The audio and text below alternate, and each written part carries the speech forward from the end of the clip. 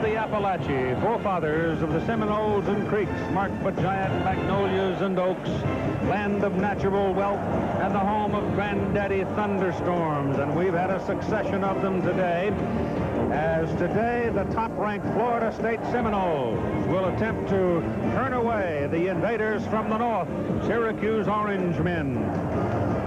The weather, the temperature is 80 degrees. The cup runneth over in humidity.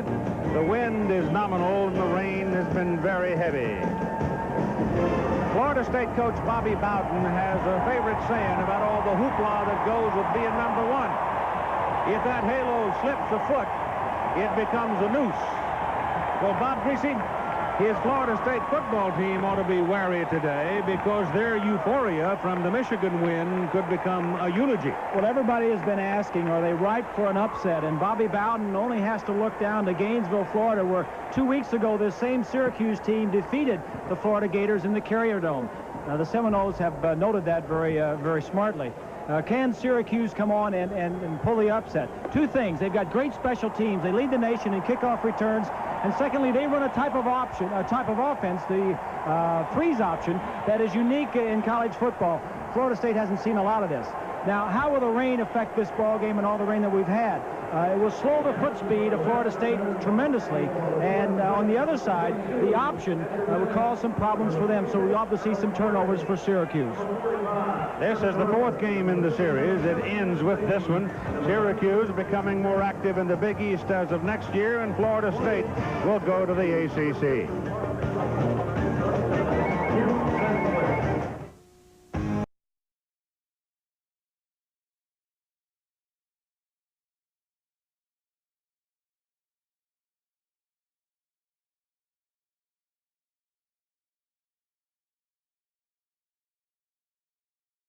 The 4x4 gives you America's favorite four-wheel drive system and the security of standard four-wheel anti-lock brakes.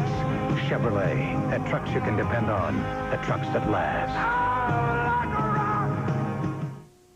Living, no better way to face the day. The morning belongs to Skin Bracer Aftershave. Its cool, brisk tingle really gets you going. And what a great scent. Skin Bracer. No better way to face the day. Find it. 58% of business travelers change their plans at least once. No problem. Call 1-800-HOLIDAY. Holiday Inn. Stay with someone you know who really knows you.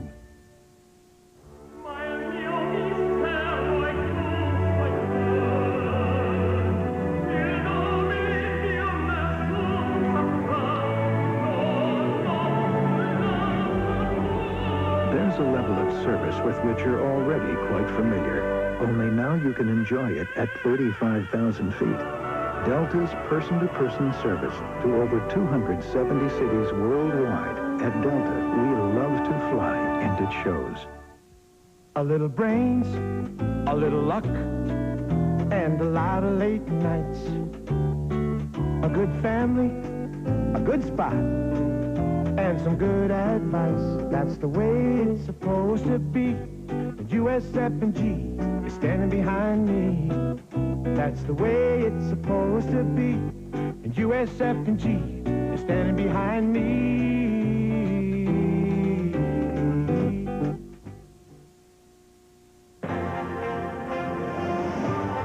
8AC's College Football.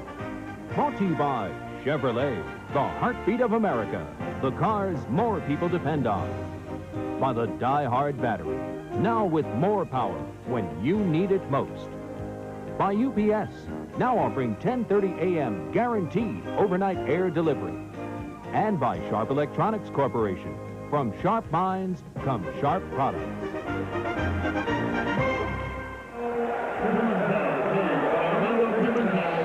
Now, one of the most extravagant beginnings anywhere in college football. Chief Osceola riding Renegade.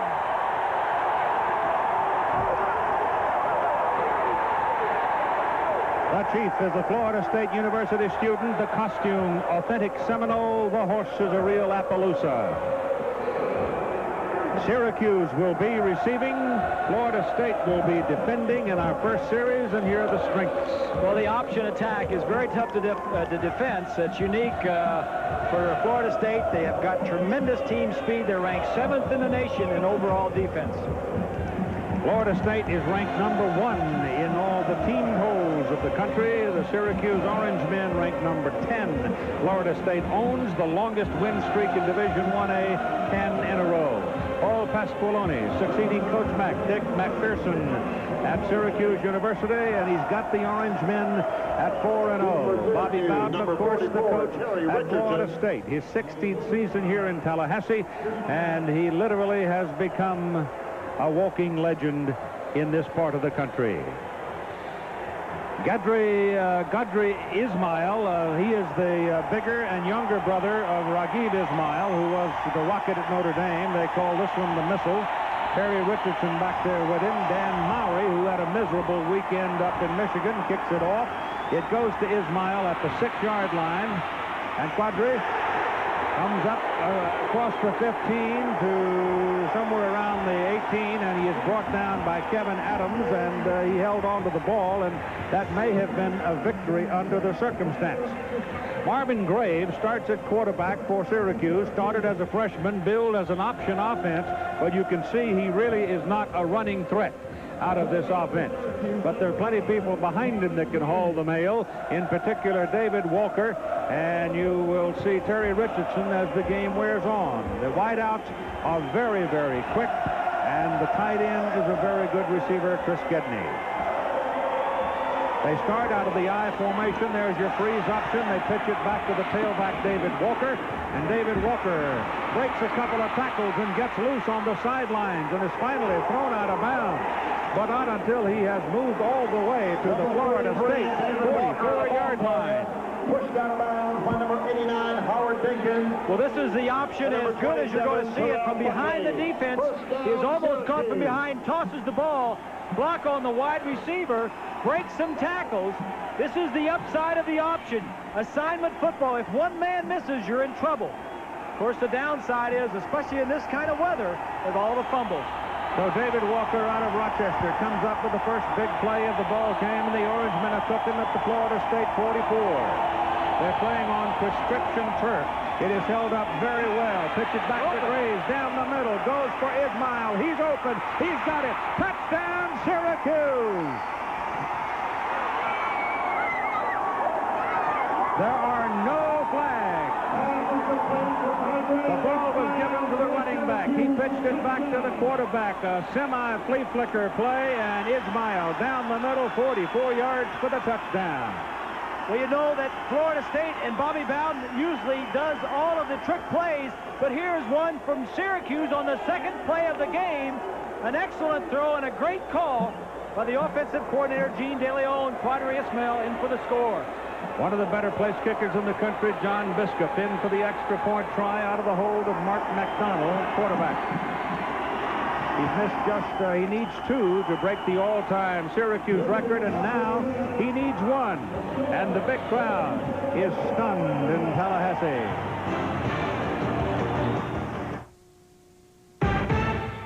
There's a reason more people go to Sears for a new battery. Can't believe I left my lights on. Only Sears has the Die Hard. Sears is so confident of Die Hard starting power, if you need a jump, Sears will do it absolutely free. Anytime, anywhere, even if you leave your lights on. I got stranded once. Never again. Sears Die Hard. More power when you need it most. Who's going to back you better than Sears? I made it home last night, finally, after an hour on the freeway.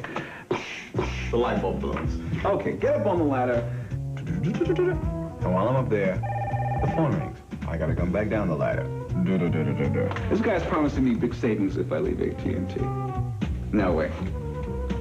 Big savings. So I tell him, listen, I'm not paying a lot now. With AT&T, I don't have to question, I don't have to worry about my long distance. Give me a break. They're just not AT&T. Last year, the average price of a car with standard anti-lock brakes was over $40,000. But today, all that's changed.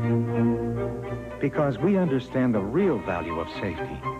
We've put anti-lock brakes standard on more models than anyone. even on our least expensive Cavalier. Chevrolet. The heartbeat of America. The cars more people depend on. That's today's Chevrolet. Penn State heads south for a high noon showdown with number 2 Miami. It's the kickoff of an ABC college football doubleheader next Saturday.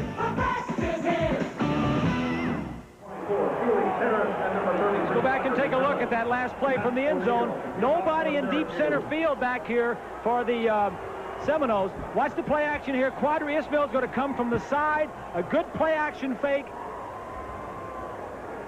Tosses it back to the quarterback. Bottom right of your screen, there's Ismail. Way ahead, one of the defensive backs tries to make up. It's an outstanding throw and a big play off the bat.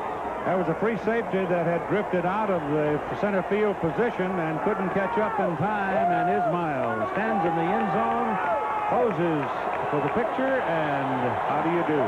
7-0 Syracuse. As the Orange men kick off Pat O'Neill, who has knocked it into the end zone 23 out of 25 times. Now may add one more, and of the 26 times into the end zone, only 6 have been returned. Casey Weldon comes out to quarterback the Seminoles. He's beat up and banged up. He had a tough day last week up in Ann Arbor, Michigan, even though his team did score 51 points to win. He's very sore, and in particular, the right leg. The rest of the backs are Edgar Bennett, outstanding receiver at fullback. Great blocker. Ant Lee is the electrifying tailback, and the wideouts can all fly. Lonnie Johnson opens at the tight end. The ball on the 20. Syracuse going 80 yards in 2 plays. Walker and Ismail making the 2 big plays. First down for the Florida State Seminoles. And they hand it off to Lee, and Lee finds bailout in the line and crosses the 35 and goes to the 40 and goes to the 42-yard line before Dwayne Joseph, the cornerback, can finally ride him down. Lee, 6 feet, 195. He runs bigger. The offensive front for Florida State, not all that big, but they get the job done. Kevin Mancini's had the flu all week and has lost 12, 15 pounds. But Lee turned in one of the best 44-yard runs I've ever seen last week against Michigan, and that was a good one right there. And here he goes again. A little juke here and a little juke there. The ball comes out. It is down. It'll be put down at the 48-yard line. So Amp Lee comes out as the busy man early on, and somebody in the Michigan camp last week when the game was over was heard to ask, did they spray that guy with silicone? Well, Syracuse may be wondering the same thing before this day is over. His footwork is quite remarkable. Call it second down, long 3. Syracuse jumping out to a 7-0 lead. Weldon gives the ball away to Lee. He's got a first down as the ball moves across to the Syracuse 48-yard line. Young on the tackle. Syracuse lines up defensively this way. Brooks is their principal man in the middle. Kevin Mitchell will go nose guard as well as outside linebacker. They lost Dan Conley. He was an outstanding linebacker, and they miss him. Their backers are Wooden and Hawkins outside with Young and Lusardi inside, and the secondary reflected there. And it's a secondary that's going to be under pressure all day because of the speed of the Florida State white people. First down for the Seminoles at the Syracuse 48. Weldon hands the ball away, and it is Bennett, and Bennett can't find much room. Edgar, a 210-pound senior from Jacksonville. This is the first time that Florida State has been behind in a ball game, as you see, in a good long time. And I am told that Auburn was about to lose a game today to Southern Mississippi by a score of 10-9. And that's news because the Bowden family is very much involved in that ball game. Now, his wife, Ann, went to that ball game. Has 2 sons one on each side, Southern Miss and Auburn. Weldon gives the ball away again. Casey Weldon, again with a sore right leg and a hip pointer that he had to shake off during the week, giving it to Amp Lee. The field looks pretty good right now. Jack Arute on the field to tell us why it looks so good. Well, Keith, I'm actually where they can defend why it's so good. These pumps here are part of the prescription athletic turf system. They drain the water from beneath the area, and they pump out 360 gallons of water from beneath the field. The footing is excellent. And the water is still being sucked out of the ground. Weldon sets it up, gets it away in a hurry, and Shannon Baker dropped the ball. That was that little crossing pattern from the wideout that they ran last week against Michigan, and it worked. This time he dropped it. It's a wide receiver screen. And going back to what Jack was saying from down at the pumps, it really rained here really hard for like 2.5 hours before this ball game. And this field is in great shape. As you see, Southern Mississippi has beaten Auburn. That is an upset when you do it in Auburn. Well, you understand that, too, that Pat Dye went for the two-point conversion and missed. Scott Player is in to punt for Florida State. And that's news as the Seminoles have to give up the ball in their first possession. So the Syracuse defense did its job. Getting to know you. Well, we could have bought an expensive foreign car. Well, we got the Geo Prism for a third of the cost. It's so quiet that it doesn't sound like your car is actually running. When I need it, it's there in the driveway, not in the mechanic shop. This is my second Prism. The Prism is good for the environment because it's fuel efficient. I got all of this in my Prism. Didn't have to rent a truck. I feel very secure in my Prism. Get to know Geo Prism. It's right around the corner at your Chevrolet Geo dealers. Getting to know you. Cars of the future are like this.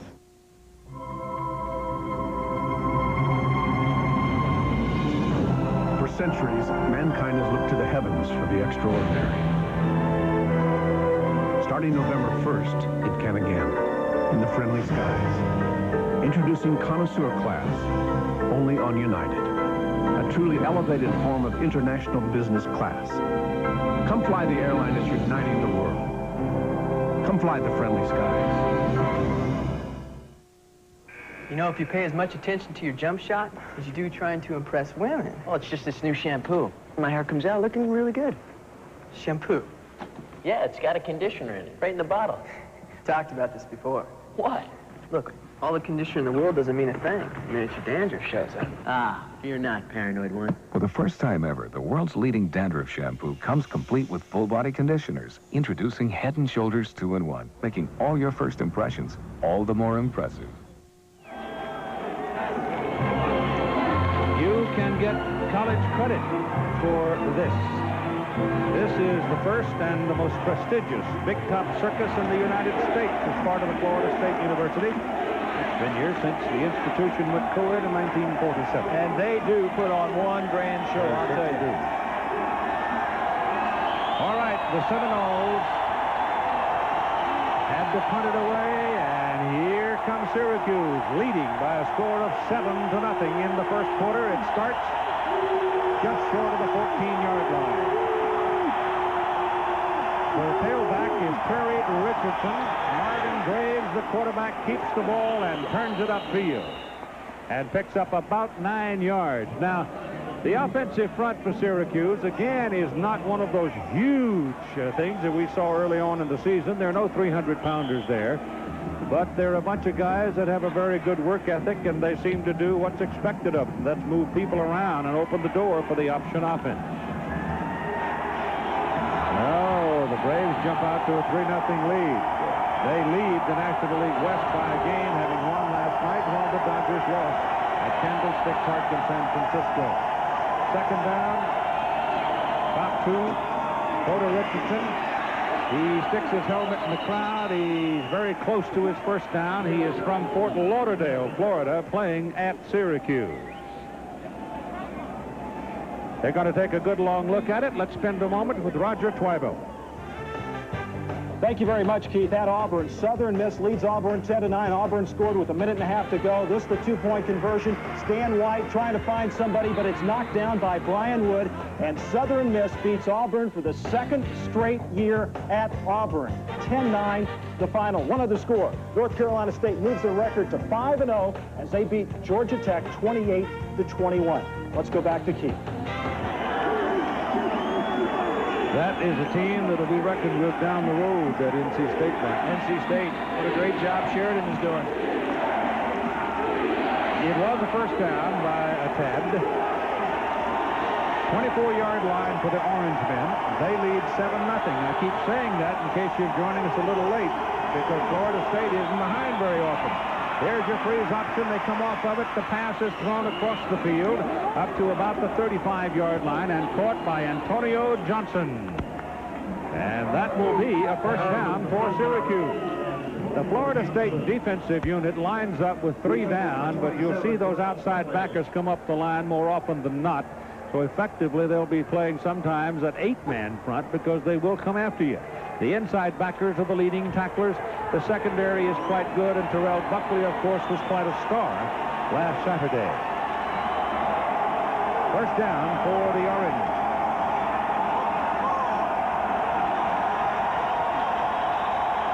Carruthers bouncing around. Now he's coming, comes to the outside. The pass is thrown to the outside, and it's incomplete.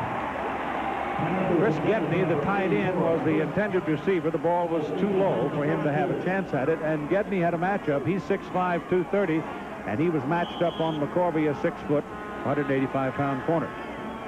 Syracuse likes to establish that option first and then go to their play action and power game from there. The only problem with that is Florida State defensively is one of the top teams in the nation against the run. David Walker moves into the fullback position out of the eye. Richardson stays as the deep back. Crowd trying to get into it, and Marvin Graves went for a checkoff. The time clock was ticking down. Graves saw it, called timeout. Carruthers is beefing. He thinks the clock had expired and they should be penalized. So it is not, they're not going to charge the timeout to Syracuse. Carruthers argued his case, and he won his case as the referee, Dale Phillips, consulted with one of his colleagues, and sure enough, 5-yard too much time. There's a wristband on Graves' arm. They signal the number of the play in from the sideline. He merely looks at the number, and at side of it is the corresponding play they want him to run. It's second down and about 15 from the 30.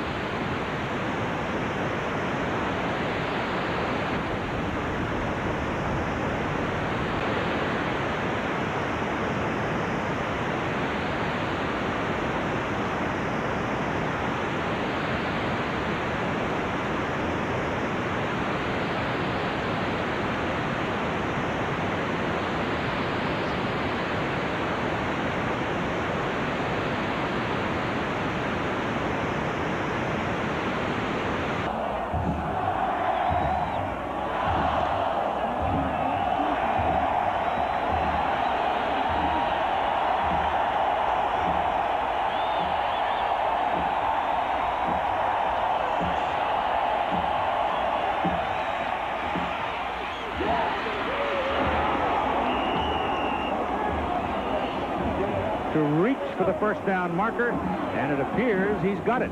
Marvin Jones brought him down. A lot of the Ivy League and the Northeast teams have completed their games. And those are final scores.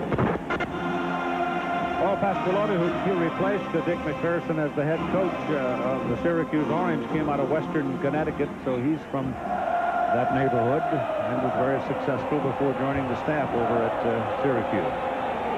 It is a first down for the Orange, just over the 40, call it the 41. Graves is 4 out of 5 now for 71 yards and the touchdown. Here's your option, goes to Richardson, a little skip step trying to cut back inside. It's been raining off and on since last night, and I mean hard. Howard Dinkins able to get to him and bring him down. Look at that. Columbia is winning a game. I shouldn't say won. It ain't over, but they're close. The Fordham Rams may rise up. You mentioned Pasqualoni and Dick McPherson. Pasqualoni was hired only 2 days after McPherson was given the New England Patriot job, and I think that is key because the continuity continued on. He did bring in some new coaches, but the terminology on offense and defense is the same. Second down and 6. For Syracuse. Graves gives it to his fullback, Al Wooden. And Wooden, a 230-pound sophomore from Niagara Falls, did not find much daylight. They slammed the door on him right about midfield. Time remaining 8 minutes in the first quarter. Syracuse has dominated the time of possession. They lead in the ball game by a score of 7-0.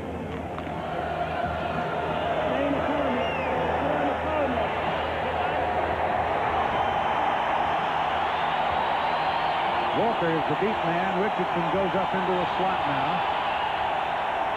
Crowd coming up, making as much noise as they can. Graves has time, lets it go. It's Ismail. He's out there. It's off his hands, incomplete.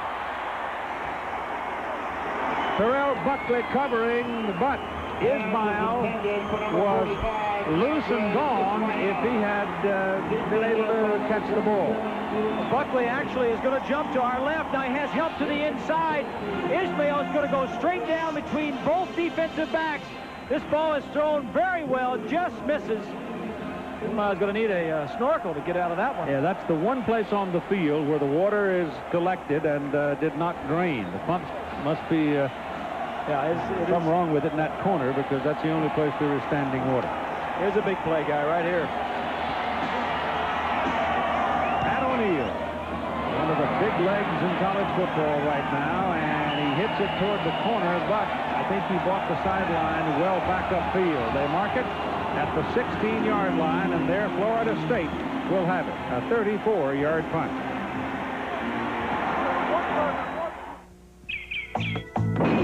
Every business morning, while the rest of the world is getting up, UPS is guaranteeing overnight delivery before 10:30 for far less than other companies charge. And every business morning, more people are waking up to that fact. Good morning. Good morning.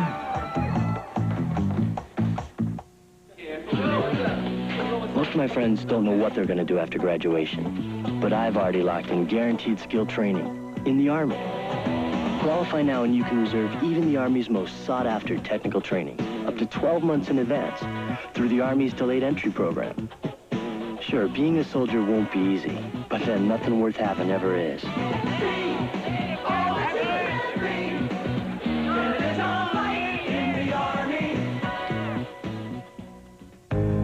Some trucks don't know when.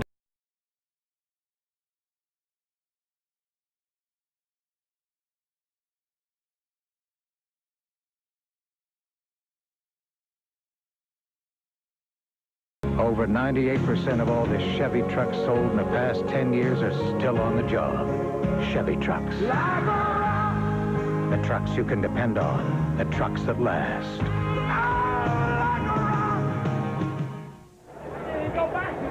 There's a quick look at what's going on in the AP Top 10. Our game here in Tallahassee involves number 1 and number 10.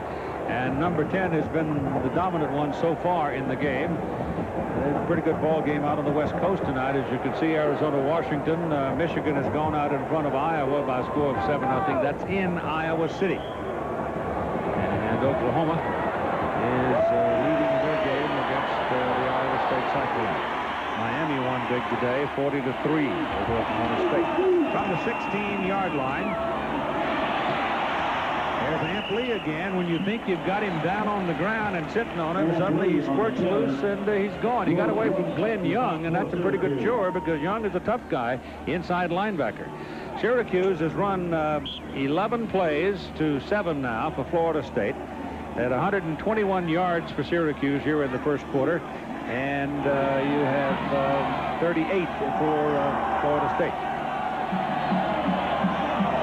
And the Orangemen are leading the Seminoles 7-0 as Weldon goes back. Wanted to throw it down the middle. Play was taken away from him. Number 77 reaches across and gets a piece of it. And that's Big Jim Wentworth, a senior from Woburn, Mass. And Wentworth went after his man and he got him. You look at from behind. Casey Weldon fakes to Amp Lee. Little penetration over blocks his view, as you could have seen right there, and just throws the ball away to avoid a sack and come up with third and about 5. George Rooks got in the path of the pass that his checkoff pass.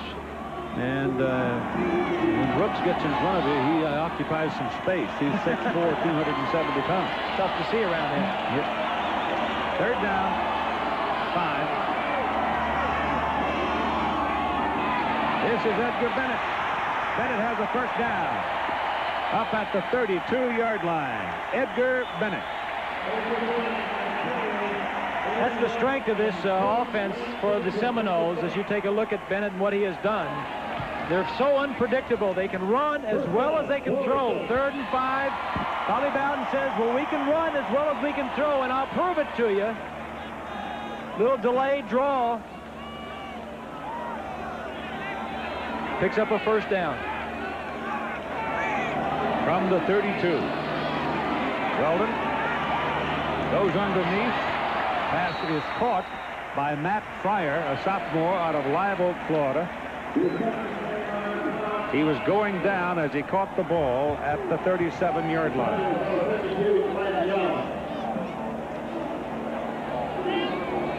Nationally, Florida State ranked very highly. Casey Weldon on the individual statistics is the 3rd-rated quarterback in the country.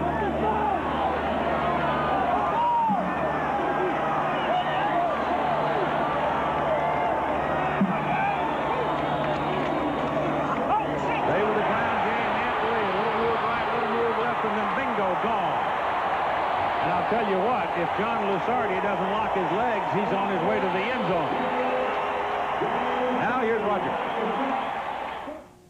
Thank you very much, Keith. Michigan trying to bounce back after that defeat against Florida State last week. This is the first quarter, and Deion Johnson, a redshirt freshman, will block the punt by Scott Fisher, and senior defensive back Dave Ritter will pick it up, go into the end zone, and Michigan leads Iowa 7-0 first quarter. Let's go back to Keith. That could be a crunching way to get your touchdown, too. That's demoralizing. The winner of that game has gone to the Rose Bowl 4 of the last 6 years. On first down, Casey Weldon comes back, looks for the big one. It's not there. He goes underneath with it, set up the screen for Edgar Bennett. Bennett will pick up a couple of yards on the play, and that'll do it. And Weldon was put down hard as he released the ball. He was put on his back by Garland Hawkins, number 95, an outside linebacker.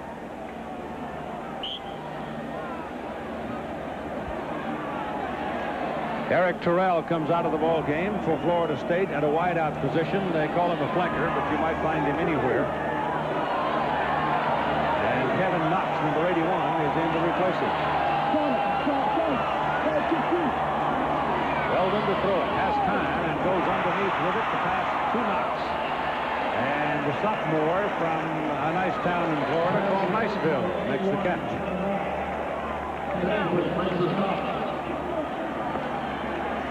Just a wide receiver screen. It's a safe call, Keith. Right here, the receiver is going to come down the line of scrimmage. The offensive lineman can go on downfield and block because the ball is thrown behind the line of scrimmage.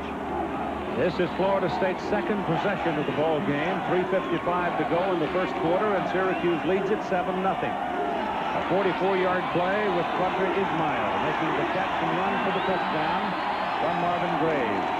This handoff goes inside to the fullback Bennett. Second effort by Bennett. We'll have a first down for Florida State. So the Seminoles now grinding one out here in their second possession. Monday night, Jim Kelly and the unbeaten Buffalo Bills will be on the field against the Kansas City Chiefs. In Kansas City, the Chiefs can be tough. The AFC champion Bills trying for win number 6. If they get by the Chiefs, they could have a run at a perfect season. Live, 9 Eastern. Coming into this year, these were the two teams in the AFC that I think everybody thought would be there. Kansas City has struggled just a little. Amply with the ball, skips and slides, and then gets decked, and he is brought down by big George Rooks. George is from White Plains. George Rooks is an outstanding player. Started as a true freshman. In fact, has started all 4 years at Syracuse. Has 12.5 career sacks. He'll be starting somewhere in that other league next year, too. Yes, he will. They've had a history of outstanding defensive linemen come through Syracuse. He's a 4-year senior.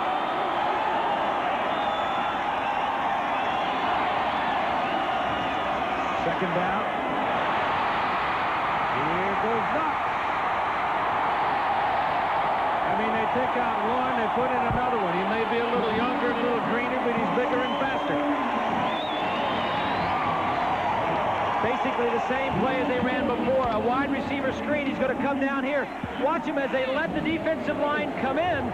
The offensive line will go downfield and block the linebackers. Right behind that wall. Look at the wall ahead of him. Great timing on that play. Ball is just inside the Syracuse 13. First down for the Seminoles.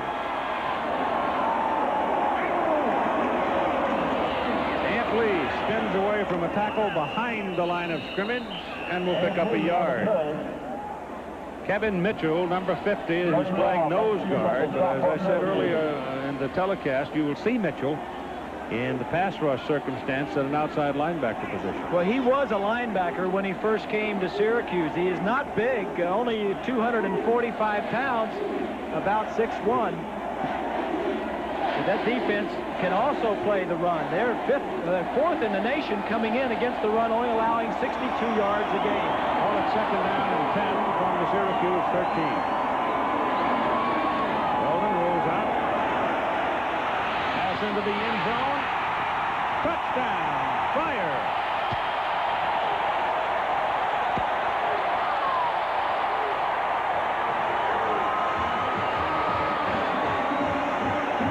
The outside receiver is going to go down and hook to the inside. You see the other receiver now, he slides back out and stays in the open area. That's a key for a good receiver. Fryer, just a sophomore, not a starter on this ball club, but he gets to play a lot, and that is the reason, because he was intelligent, knew when he was open, and stayed in the area. Dan Mowry, who had the miserable weekend at Michigan, nails it. He's pretty good at home. He's pretty excited right now. Casey Weldon has hit his last 5. You want to see something that's truly, genuinely fun? Let's go back a week when Hamp Lee had that wonderful 44-yard run against the Michigan Wolverines. Let's watch with his mom and dad. Let's go, Hamp. Let's go. Big hole on the left side. Tackle. Still going. Touchdown!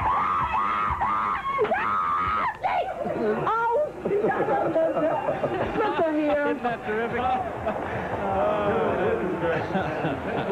That was an 44-yard scamper against Michigan last week. His mom reacting to it as she watched it at home on television. She needs to let her emotions go a little bit more, you know? Yeah. She needs to stop holding it in. That's terrific. We've got a tie ball game now at 7 here in Tallahassee, and we haven't had any rain for 10 minutes, and that's an upset. If you were here about 2 hours before ball game, 2.5 hours, it came down in buckets. Big buckets. Mowry, good kick. Ismail, 6-yard line. Quadre finds a hole. Still going. Great speed. He's gone. He's got one man with an angle. He won't catch him. It is touchdown, 94 yards. Ismail, no flags. Gabriel Ismail on the return for the Syracuse touchdown.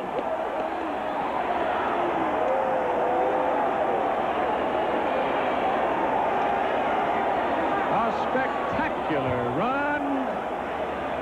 Is something in the genes of the Ismail boys, I'll tell you. Well, they've got 2 touchdowns on the day, both big plays, and both from Quadri Ismail. Was not a starter last year, getting to play this year for the first time, although he did run back kicks last year.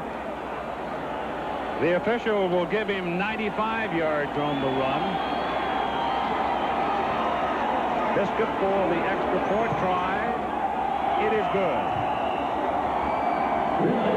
Well, he is now the all-time Syracuse return man. Quadri Ismail. He's to the left, top left of your screen. Just a crack is all he needs. Now he can outrun some of these. Some of them were nipping at his heels. But see, the other one, he's 190 pounds, 192 pounds. Now he can run. That's his 6th touchdown on the year. He has 2 in this ball game. He was the Big East hurdles champion, and he can run.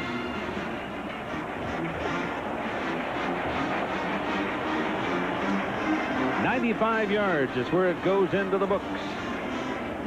And at 1:04 to go in the first quarter, the big house in Tallahassee gets quiet. Last week it was Desmond Howard. This week it's Ismail.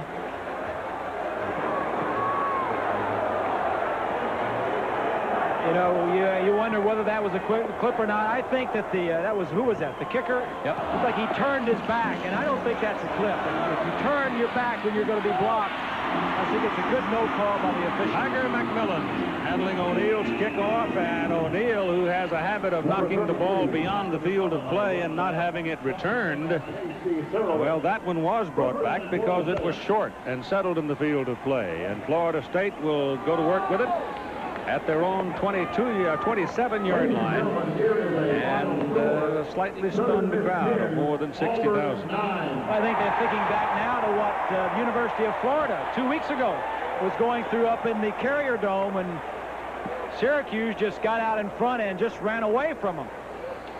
Well, you know, Irvin, you grind it out and you march down the field and you finally get your touchdown to tie it, and before you can take a deep breath, they're back in front. It can impact the will of a team. Amp Lee to the 30-yard line, a pickup of 3 yards. Glenn Young brought him down, and a penalty flag is thrown along the line of scrimmage.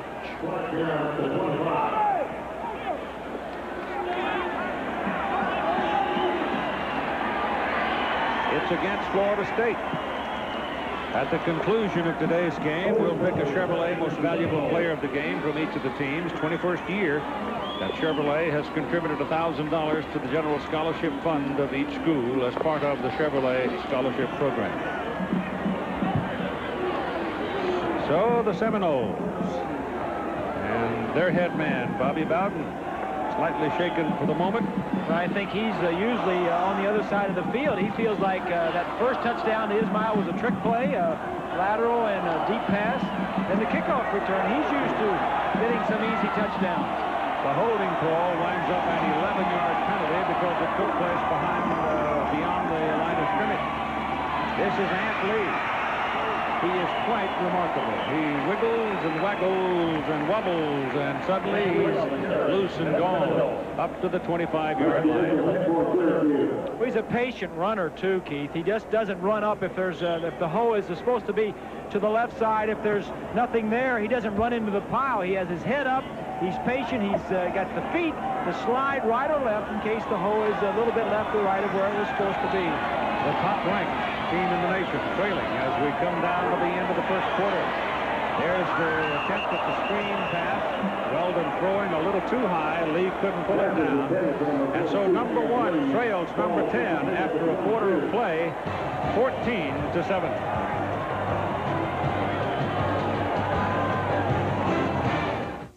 I don't want gimmicks. I want just some company I can count on. You know, we're going to see this dramatic drop in our phone bill, and we didn't. And it was just like a hassle figuring out both bills, both sets, and so we just said, hey, you know, we just scrapped it. The service wasn't there. So I went to AT&T and stayed with AT&T. And I've been happy with them ever since, and it's just been great. Get back the service and value you deserve. Come back to AT&T now for free. With a full-size sedan like this, power for effortless passing and on-ramp merging is a necessity. Caprice doesn't scrimp in this department.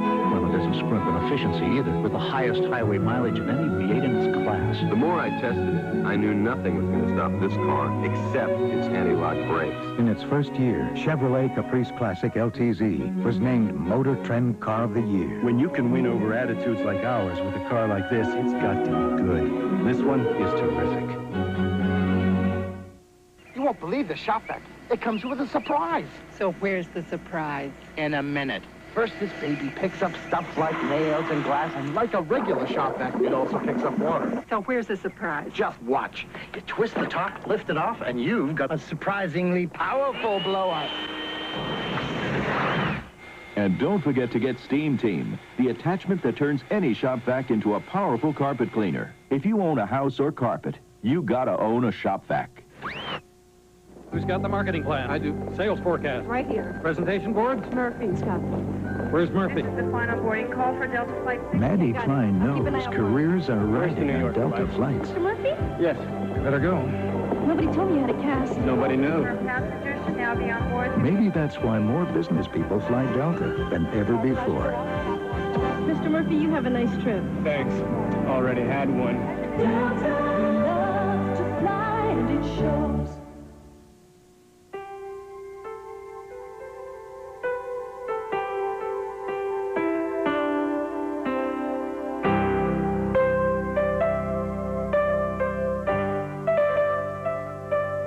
Just a reminder that kids who participate in high school sports tend to go a little farther than those who don't.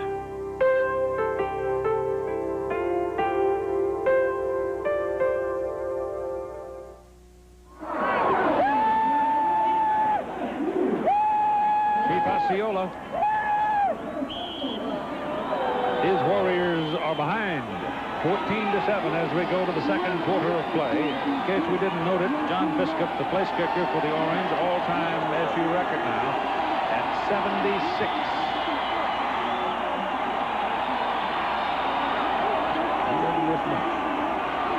Casey Weldon, all day, lets it go, and it's a fraction too high. The pass intended for Kez McCorvey. Greg Walker was defending. McCorvey had him in his pocket but couldn't pull it down. First half statistics, time of possession at the bottom. Florida State is way ahead. Look at the total yardage, 121 to 126. About the same, but Syracuse with the big strike on the... They're forced Florida State into the punt now. There are 10 Orange men up on the line of scrimmage. Shelby Hill is deep. Scott Player punts it out of there, gets it nice and high. Shelby Hill with very sore ribs makes the catch, can't get away. Goes down in the puddle of order at the 28-yard line. Shelby Hill is another one of those flyers at wideout, and he is the son of the great pro J.D. Hill. 45-yard punt, -2 on the return. VHS camcorders just got into shape. The new Sharp Slim Cam, the smallest, lightest full-size VHS camcorder in the world.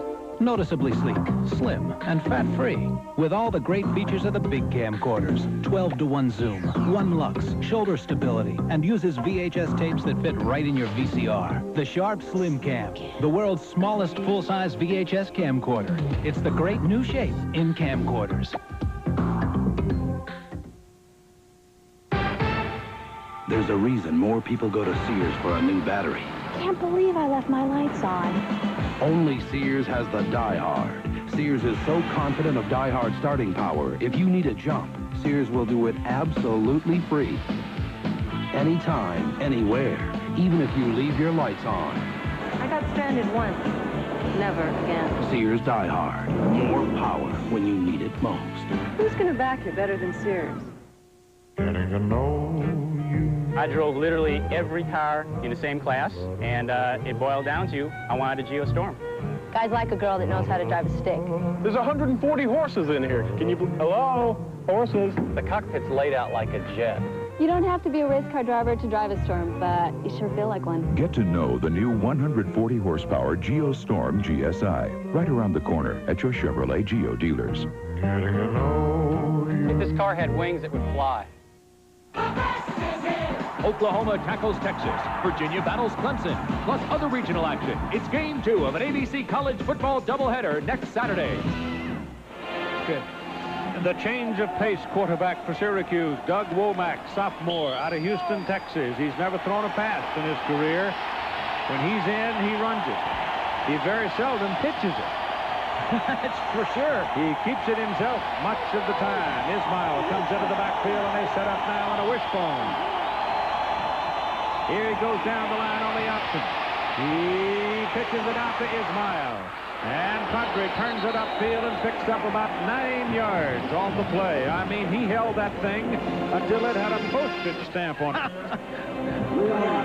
Well, you were right. He doesn't like to throw it, and he doesn't like to pitch it. Dinkins is number 89. He knows There's number 33. That's Walker.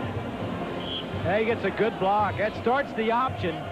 But Florida State knows the same thing we know. He's never thrown a pass. He likes to run it. They force him to pitch it. Turns out to be a good positive play. Second down and 1. Same set. Except they're wide to the open side of the field. They give it inside to the fullback, Marcus Lee, a 225-pounder from Springfield, Mass. And he's going to have what appears to be the first down. Michigan and Iowa 7-6 in the second quarter now. And Ohio State beats Wisconsin. Look at this. In Los Angeles, or in Pasadena, actually, at the Rose Bowl, UCLA has taken the lead over Cal. And it looks like a poor season for Michigan State, doesn't it? Atlanta, meantime, at 4-2, as you see the Giants leading the Dodgers. Oh, I mean, there is old bad blood between the Giants and Dodgers. Yeah. It's strictly advantage Atlanta. Exactly. I mean, advantage playing Houston at home as opposed to the Dodgers traveling to the Giants at San Francisco. Womack has done his job. He's given them the change of pace. He's hopefully planted something in the mind of the Florida State defense. So he leaves the game and Graves comes back. Ismail is out for a respite. And Graves sets him up on first down at the 39-yard line. Keeps it himself, and he is sacked. Marvin Jones, sophomore, inside linebacker from Miami. He runs like his big brother Fred on that play. He just picked him up and dropped him. Well, you talk about the freeze option. Here's a freeze option. The man right here, number 33, is going to freeze. Now, when the quarterback gets the ball, he's going to step back and then travel down the line. Here's Marvin Jones. He's going to have none of it, comes around the corner and makes the tackle. That freeze, he was going to throw the football. That was a play-action pass, but the freeze is supposed to freeze the linebackers. That time, Jones was on a blitz. You're not supposed to blitz.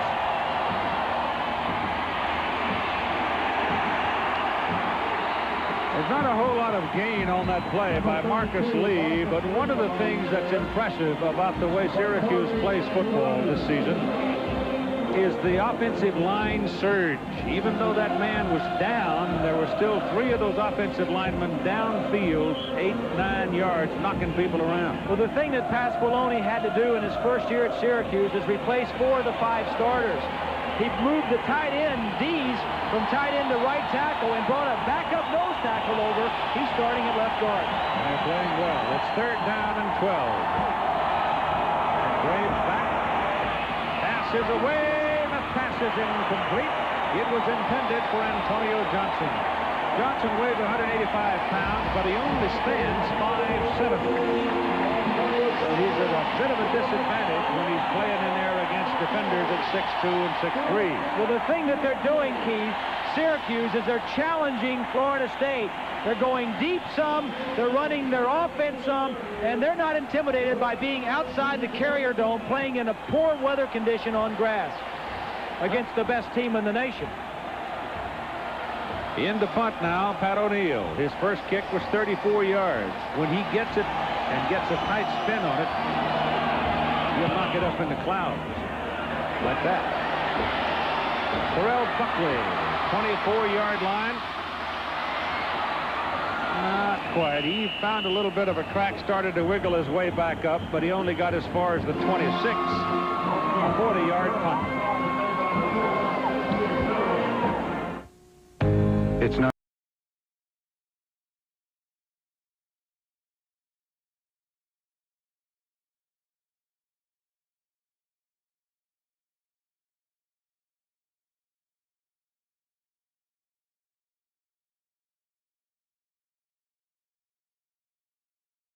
Chevy trucks.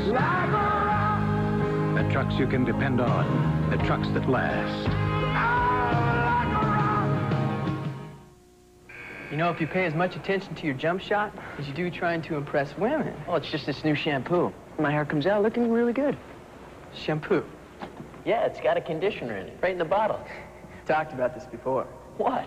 Look, All the conditioner in the world doesn't mean a thing. I mean, if your dandruff shows up. Ah, fear not, paranoid one. For the first time ever, the world's leading dandruff shampoo comes complete with full-body conditioners. Introducing Head & Shoulders 2-in-1, making all your first impressions all the more impressive. It was a good day for ideas. Plans for a sidewalk cafe were finalized. A river walk was proposed. And someone had the vision to bring luxury and romance back to train travel. Keep those ideas coming, and we'll keep making them look their best. LaserJet printers from Hewlett-Packard.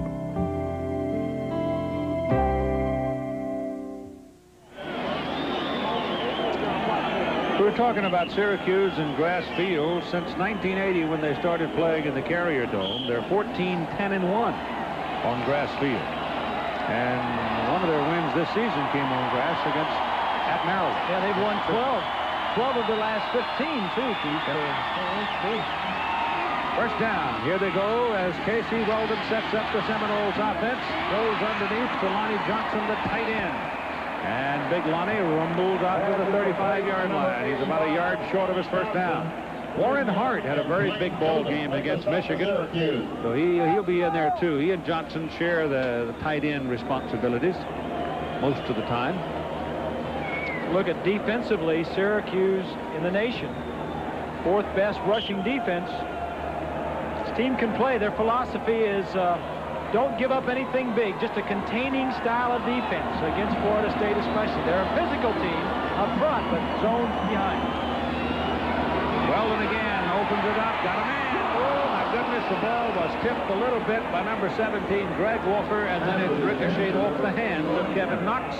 And here's Roger in New York. Keith, at Iowa, the Hawkeyes blocked a Michigan punt, and on the ensuing drive, Matt Rogers from the 10-yard line on the option will power over several tacklers into the end zone for the touchdown. They missed the 2-point conversion after missing the extra point try on their first touchdown. 12-7, second quarter. Let's go back to Keith. Hayden giving you the business for not giving Iowa enough credit. Hey, I like Iowa. I think they're the Rodney Dangerfield of the college football, though. I mean, they didn't get enough respect, but they do a good job. It's hardly a media center. Yeah, that's for sure. Edgar Bennett getting the first down for Florida State. The fullback to the 36. Seminoles are trailing in this ball game. Yes, that's exactly what I said. They are trailing in the ball game, 14-7. And there's the mastermind right there, the center of everything that goes on offensively. He's trying to figure out what Syracuse is doing defensively so he can call the right play.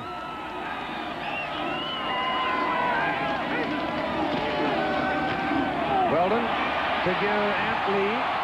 Antley just sort of sliding, skating along, and picks up 9 yards before he is brought down by Glenn Young. Next Saturday, ABC College Football doubleheader.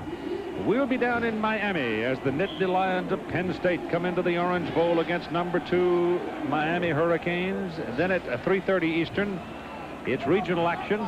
Virginia, Clemson, Oklahoma, Texas, and a Big Ten game with Ohio State and Illinois. So check your local listing in your region next Saturday here on ABC Sports. Weldon's pass to the sideline. Good to Knox. Knox is knocked out of bounds by Walker. Greg Walker, number 17 from Williamsport, Pennsylvania. Knox, number 81 from Niceville, Florida. See Casey Welding looking over to the sideline to Bobby Bowden. I'm sure he probably had a little sign or something to him. You know, Knox, who caught that pass, is the 5th receiver on the depth chart. He may be playing because Bowden feels as though he has better footing. He doesn't try to overstride. He may not be as fast as the other ones, and you need good foot runners on this field today.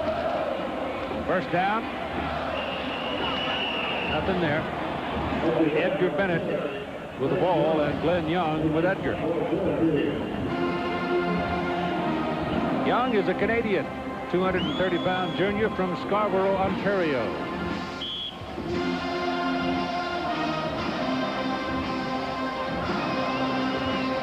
Talking about Young, he leads this team in tackles. is the leader of the team, majoring in pre-med, an outstanding student, B+ average. Eric Terrell, number 7, is back at wideout for the Seminoles. Little screenplay that one they love to run for the flanker screen, and it doesn't work. Weldon in the game is 7 of 13 for 71 yards so far. Rutgers got by Army, huh? Miami in the Big East, it just seems strange to me. Sam Jankovic. Yeah, he did that for the sake of basketball as much as anything. Yep. So look, 71 yards for both quarterbacks. So you've got to believe that Graves is having the more productive day so far. 3rd down and 10. Weldon goes down the middle. Has his man. It is complete to Edgar Bennett. It's inside the 20. First down, Seminoles at the Syracuse 18.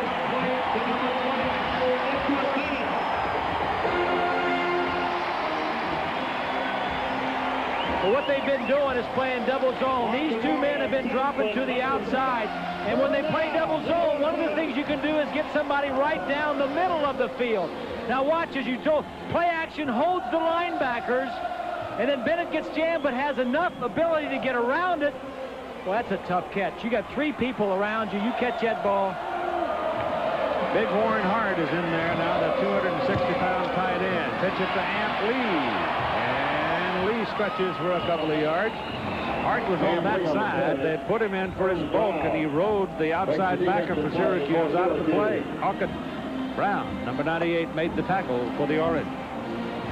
Amp Lee, before we see him against Miami later in this year, I promise you faithfully, I'm going to find out what his whole name is.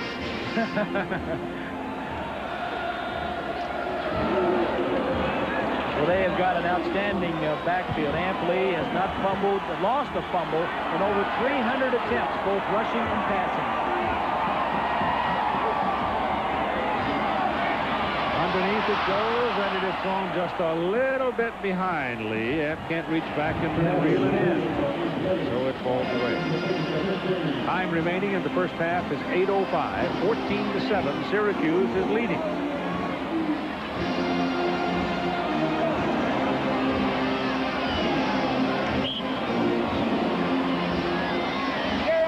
Atlanta 5-2 now in the 5th inning.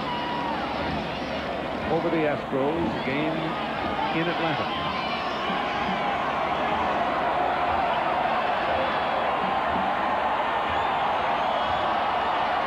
Third down and 8. This is Bennett. Up the middle he goes. First down. At about the 7. Tim Sandquist saved the touchdown. The free safety for Syracuse.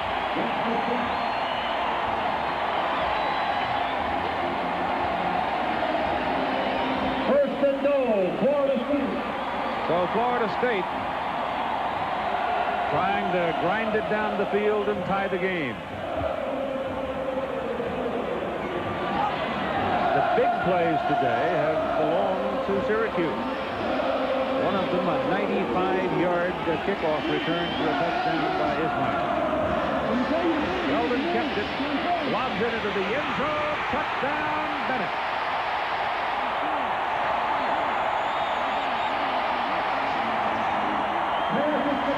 Number 22, Edgar Bennett for the Seminoles touchdown.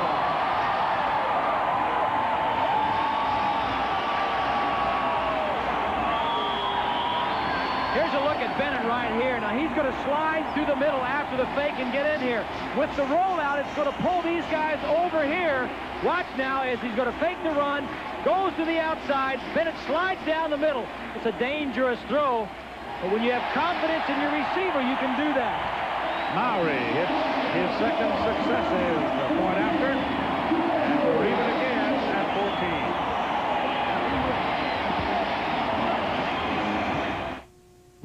14. When you've got something precious to carry, this is one way to do it.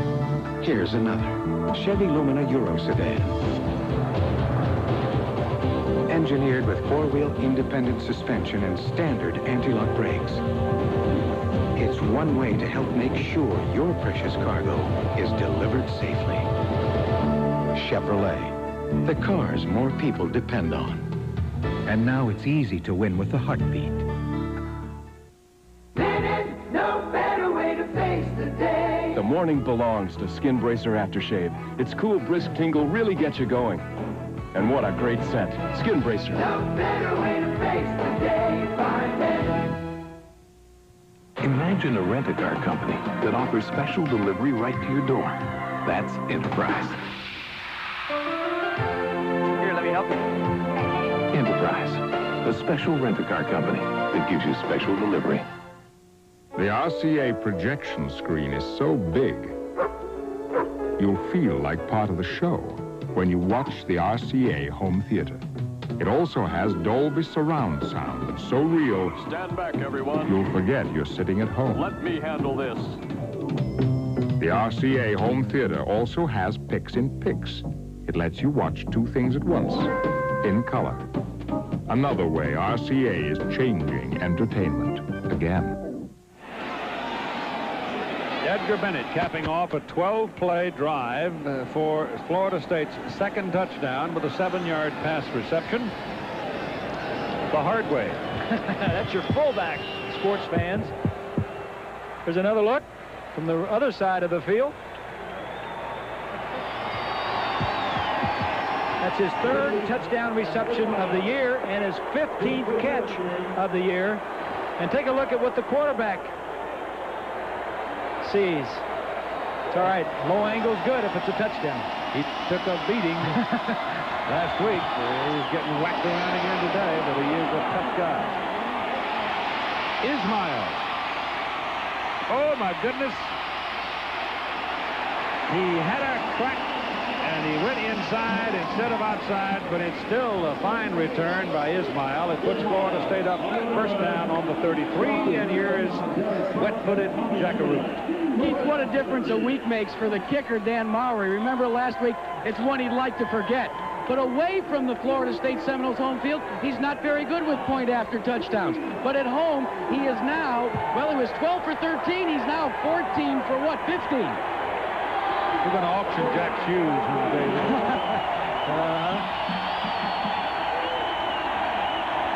Graves, the quarterback. Richardson, the tailback. Richardson has the pitch. Brought down. Clifton Abraham, redshirt freshman number 2. The cornerback on the boundary side. What you like to do to stop an option team is have your corners play defense right up at the line of scrimmage. That time they were in a 2-deep zone, which allowed the 2 corners to play right up. He got around the block of Gedney and made the play at the line of scrimmage. Loss of 3 yards, second down, 13. Terry Farrell in at a wide receiver position, replacing Shelby Hill. Hill with very sore wrist. Graves. Buried. Penalty flag thrown by the referee. Howard Dinkins, the tackle. Let's see about the penalty. Holding Syracuse. They'll decline it, pick the play. The loss is back to around the 17-yard line. Take a look to the right side of your screen. Dinkins is 89. See the fistful of jersey that the blocker has?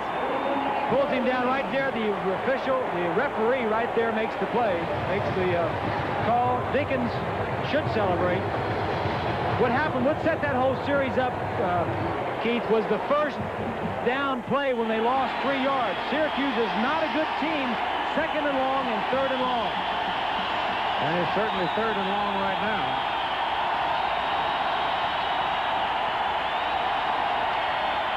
Third and 27.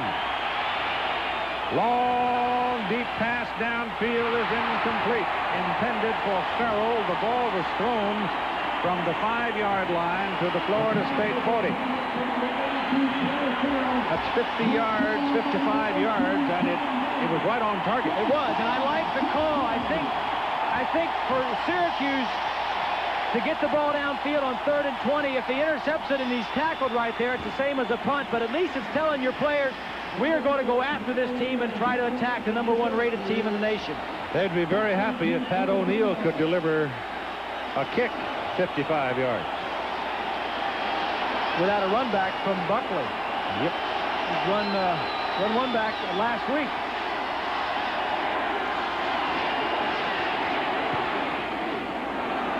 Low spinner, 45-yard line. Buckley with a little daylight. Down at the 40. 15-yard return, 39-yard punt. Coming up halftime, Prudential halftime report.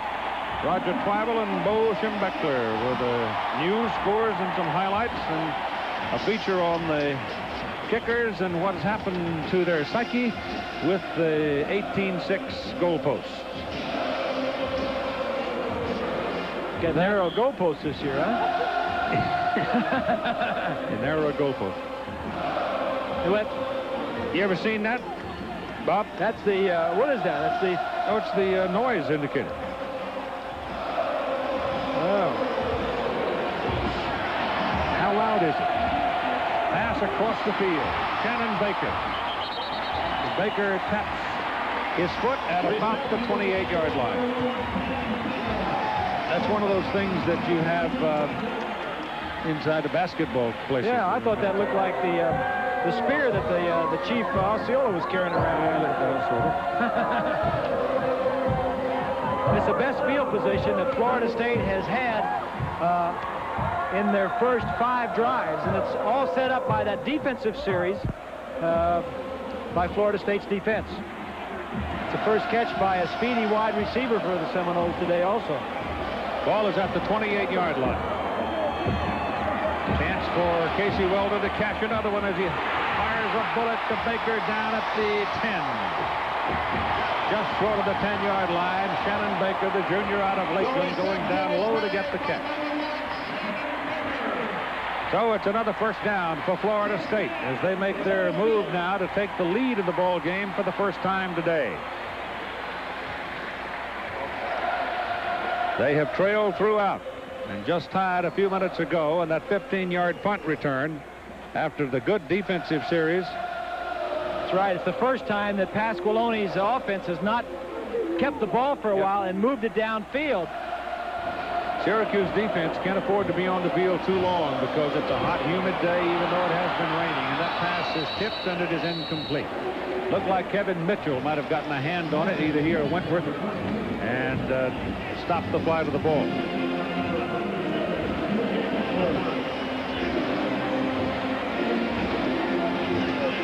Time remaining in the first half. Clock stopping at 5:16. Bobby's on the phone to Mark Rick, former quarterback at the University of Miami. Backed up Jim Kelly. Yes, he did. Quarterback coach for the Seminoles. Second down. Give it a Lee. Amp Lee is caught by Glenn Young. Another tackle for Young. And he's down just about the line of scrimmage. On the carry.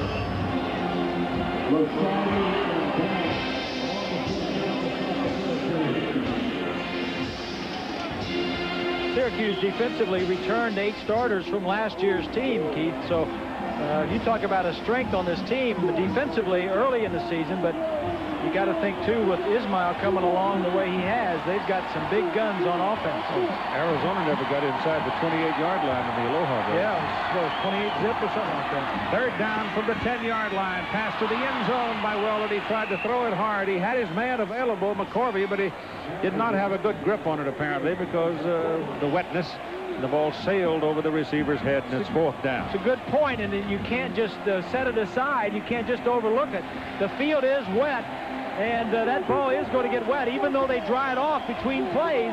When you set it down on the grass and the center comes up and twists it to snap it, it's going to get wet. The rehabilitation of Dan Mowry continues now as he comes out for a field goal try from 27 yards approximately. Looks more like 28. 28, it's up, it's good. He may not need a psychologist this coming week. 17-14, Seminoles lead.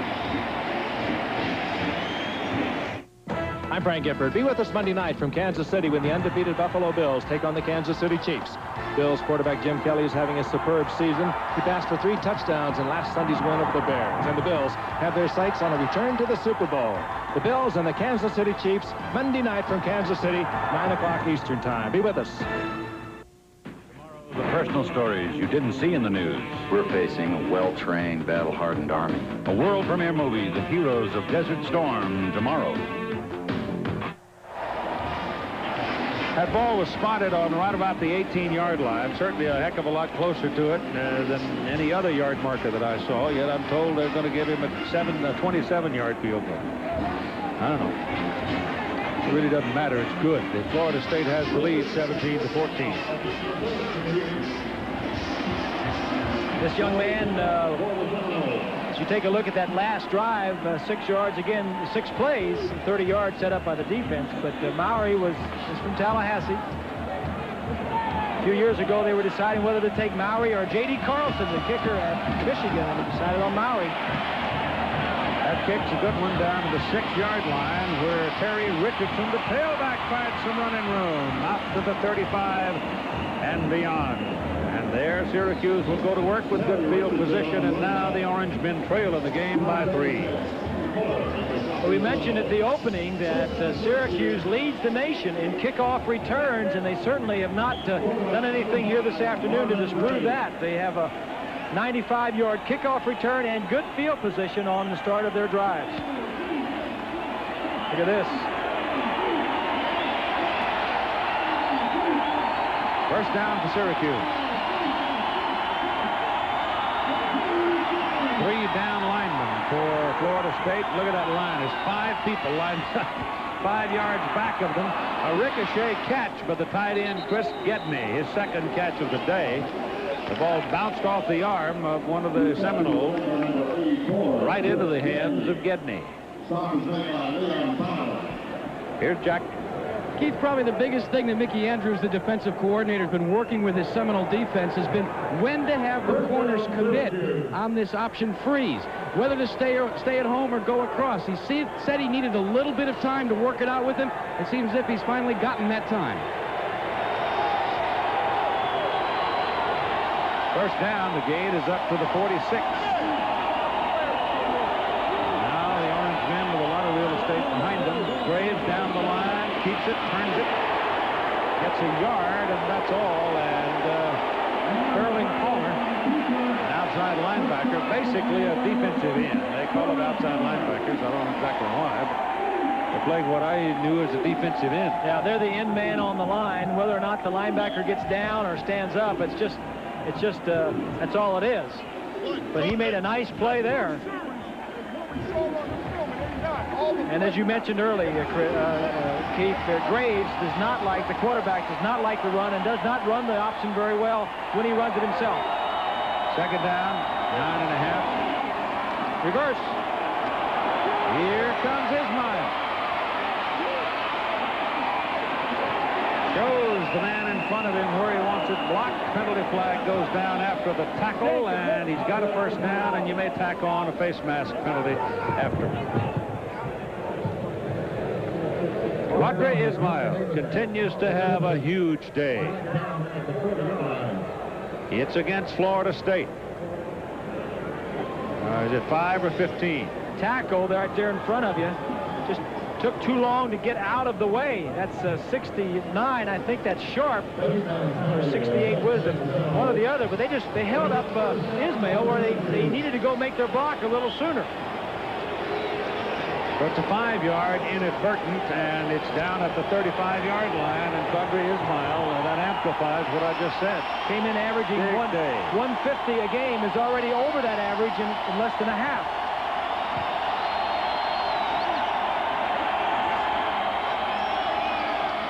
Graves gives it to his tailback, Walker. The tailbacks are big guys. Richardson, 200. Walker, the bigger. He's a junior from Rochester. He's 215. So they'll hit you a lick. But he didn't get much on that carry. Giants have added another one.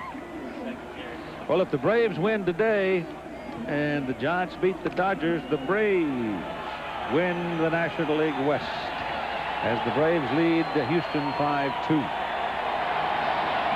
Second down, 9. A little wiggle, pitch back. That was not successful. Too slow to develop, not enough real estate to work in either. When you go to the boundary side, you better be quick with it. Walker never had a chance. Just good defense. Mickey Andrews, the defensive coordinator, really, they don't see this very often. You know, Keith, in practice this week, Florida State practiced against the option without a football. They had their demonstration team not have a football. They went through the freeze. They faked it to the fullback, went on down the line, because with a football, it was too tough to teach any of their scout team guys. They'd be fumbling all the time. So they worked on assignments without the ball. Dan Footman's almost lined up in the neutral zone, but gets away with it. Marvin Graves throws, and it is intercepted by Terrell Buckley. How did he do that? It came over the top.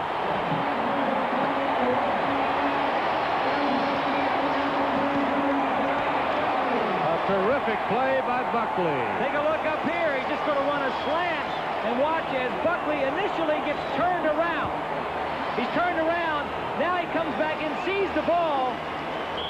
And without disturbing the receiver, goes over and makes the play. This is an All-American play. Well, this is outstanding. Ooh, this is his fourth interception of the year. His 13th of his career.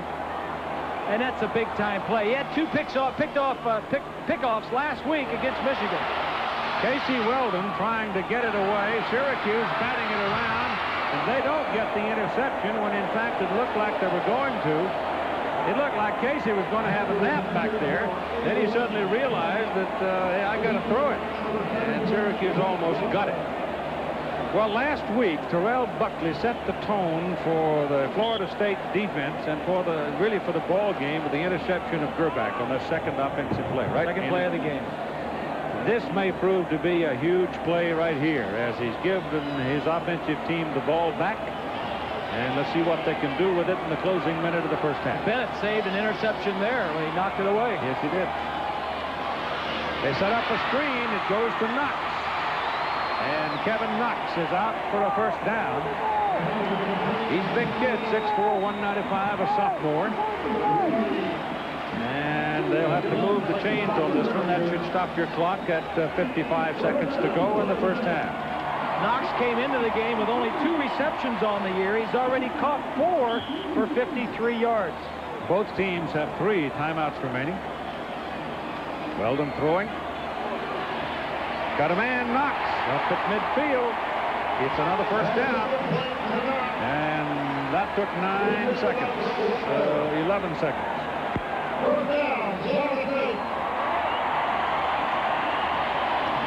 Florida State leading 17-14. The interception by Buckley setting up this possession. Casey Weldon checking off. No huddle.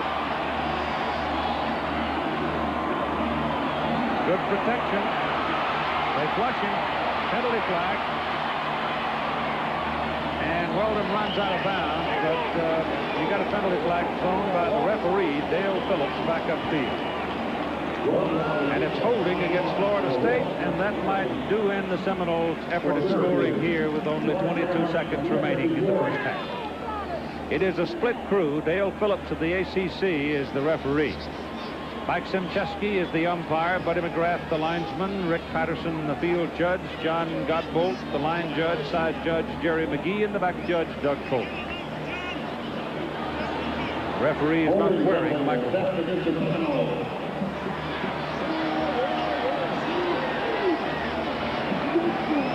So at 17-14, which apparently is the way they're going to go into the clubhouse, this is going to wind up a 20-yard penalty for Florida State because the holding call was 10 yards behind the line of scrimmage. But at 17-14, go back to the point you made earlier that Pasqualoni's got to be reasonably satisfied. Got to be pleased. Coming down with this weather outside the Carrier Dome, you know, inside it's all everything's perfect. This is Amp Lee. And Amp Lee is taken down by Glenn Young. And that may do it. That was a 1st and 30 snap. And they're going to go State call time. 5 seconds remaining. I thought they were going to let it run out.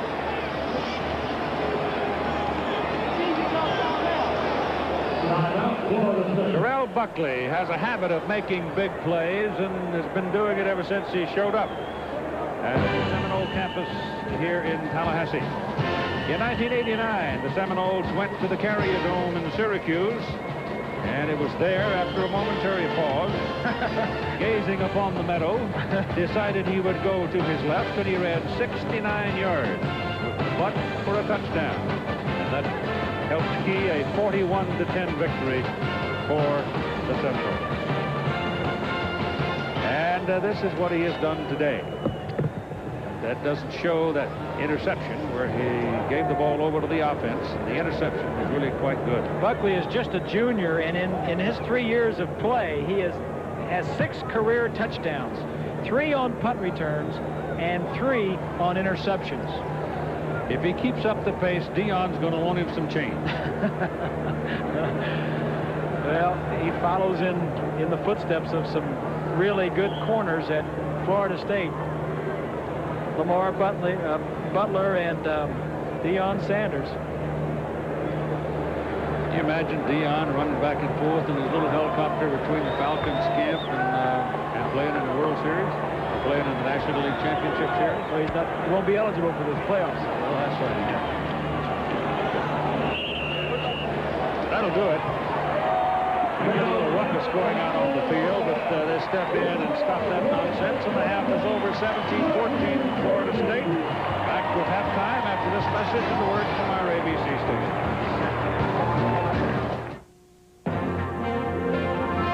ABC's College Football. Brought to you by Chevrolet, the heartbeat of America. The cars more people depend on. And by Hewlett-Packard. Keep those ideas coming, and we'll keep making them look their best.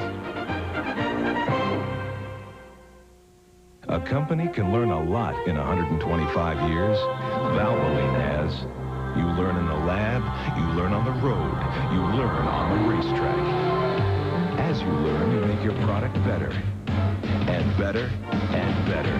Today's Valvoline will keep your engine cleaner than ever before. And cleaner means more protection against engine wear. 125 years of quality. That's why people who know use Valvoline. Last year, the average price of a car with standard anti-lock brakes was over $40,000. But today, all that's changed. Because we understand the real value of safety.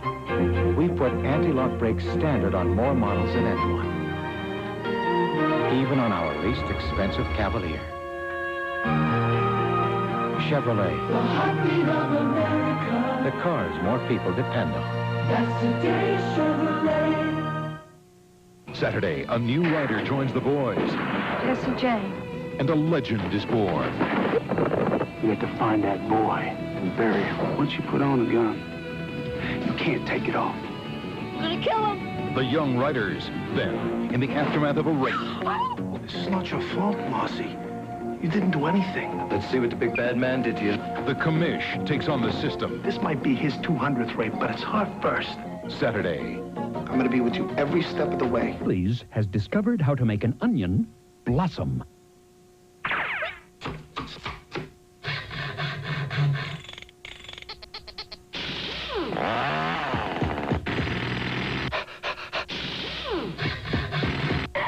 Remember, we are professionals. Don't try this at home. Chili's Awesome Blossom. A huge, onion-battered, flower-looking appetizer thing. Only at Chili's. Tallahassee has 2 winning teams, Florida State Seminoles and Team Toyota. It takes hard work, dedication, and total teamwork to be successful. At Team Toyota, our commitment to customer satisfaction has helped us become the #1 import store in North Florida and South Georgia.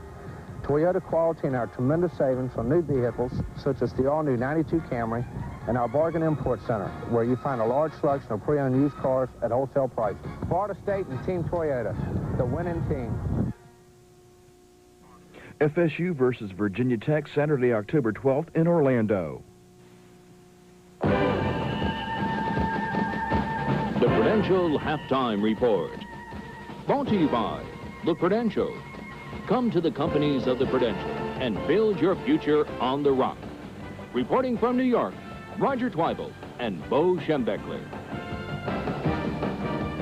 And hi, everybody, and welcome to our ABC studios in New York. We've got the top-ranked team in the nation, Florida State, taking on Syracuse, a team that's looking for an upset. Of course, the weather hasn't been perfect down in Tallahassee, Florida, but the action has been tremendous. As you take a look at the second play of the game on the pitchback, Marvin Graves lets it fly to Qadry Ismail up top for the touchdown, 44 yards, and Syracuse on top 7-0. After State tied at 7-7 late in the first quarter, the ensuing kickoff, it's that man again, Ismail.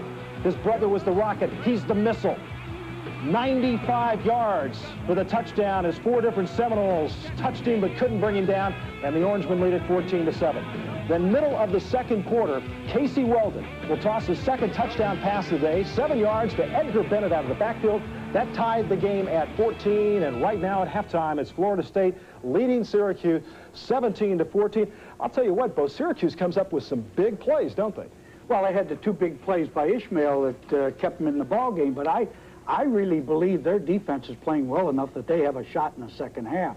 If they can do a good job on holding the Florida State offense, they may score some more points. I think that's going to be a real close game. And Syracuse doesn't look intimidated at all by Florida State with that convincing win last week over Michigan. Miami and Oklahoma State. This game at the Orange Bowl, Miami now with their 40th straight home victory.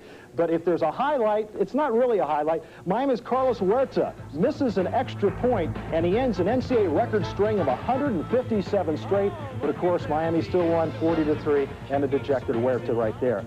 Still with the state of Oklahoma, the University of Oklahoma and Iowa State. This game now in the fourth quarter, 29-8. Cale Gundy has thrown 3 touchdown passes in that game. Michigan at Iowa, and Iowa has not allowed a rushing touchdown so far this year. Let's take a look at the action from this game in the first quarter as Iowa's Scott Fisher will have his punt blocked by Deion Johnson, another primetime player. David Ritter will pick it up and go 21 yards for the Wolverine score, and it's 7-0 Michigan. Second quarter, Michigan's Chris Stapleton has his punt blocked by Brian Wise, who also returns it to the Wolverines' 8-yard line. And then on the next play, Iowa quarterback Matt Rogers keeps it on the option and scores 12-7 Hawkeyes as he busts a couple of tackles to get in the end zone. They went for 2, but Lance Doughton intercepts Rogers. Jeff Skillett earlier had missed a point after 12-7 Iowa. And Dannon Hughes will grab this 17-yard scoring toss from Matt Rogers. They went for 2, but missed again. And as we just see, Michigan has now gone ahead of Iowa, 19-18. That game with just a couple of minutes left in the first half at Iowa City. Wisconsin at Ohio State, and this game, the Badgers with just 28 yards rushing, and Ohio State now has won that game. We've got a final 31-16, Ohio State over Wisconsin. That game played at Ohio Stadium. Ohio State now 4-0, the first loss of the season for Wisconsin. They're 3-1. Maryland played at Pittsburgh, and Pittsburgh now has moved the record. They've held on. Maryland had the ball driving with time running out. Van Pelt, a couple of touchdown passes, 24-20 the final. California at UCLA. Of course, Cal off to a great start. They're at 3-0 on the year. As we move ahead to the Alabama-Tennessee Chattanooga score, Alabama leading right there, 53-7, that game in the fourth quarter. Also, tell you about Texas A&M at Texas Tech. Bucky Richardson with 3 rushing touchdowns as A&M wins it 37-14, the final in that one. Wyoming and Air Force. This game at Falcon Stadium, the Air Force Academy with a 24-7 halftime lead. And in Major League Baseball, the Braves on top of the Astros right now, 5-2 in the 6th inning. Ron Gant, a solo homer, is 32nd of the year, and the Giants leading the Dodgers 4-0. That game in the 6th, of course, they came in today with Atlanta holding a 1-game lead over the Los Angeles Dodgers. Now, let's take a look at some more scores as you take a view of Doak Campbell Stadium in Tallahassee.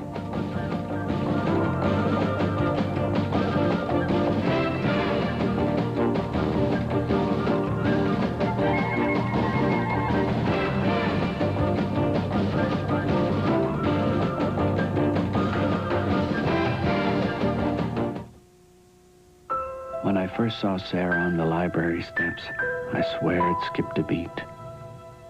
When Don Larson was 1 pitch away from a perfect game in the World Series, it stood perfectly still. On that awful day in '63, it felt like it was in the pit of my stomach. And that incredible moment when we all took one giant leap for mankind, it nearly burst with pride. But last year, when the doctors told me my heart was failing, and without a transplant I wouldn't last 6 months, that's when it stuck in my throat. A year ago, the Prudential created the Living Needs benefit. Now, the terminally ill could collect their death benefit while they were alive, and they could use it for anything their heart desired. Now that I'm alive and well, I think of the donor.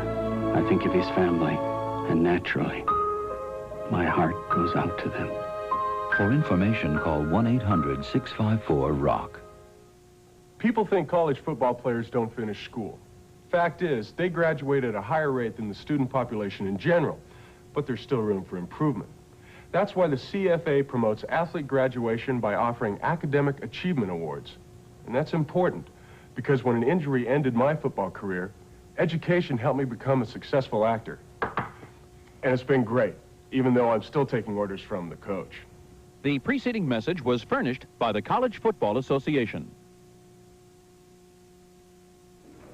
And welcome back to our ABC studios in New York, along with Bo Schembechler. I'm Roger Twibell. Let's get you caught up on some final scores and an upset at Auburn as Southern Mississippi, for the second year, has gone into Jordan-Hare Stadium and beaten Auburn 10-9 the final. Auburn went for the two-point conversion with a minute and a half left after scoring. They didn't get it. North Carolina State now 5-0. They beat Georgia Tech 28-21.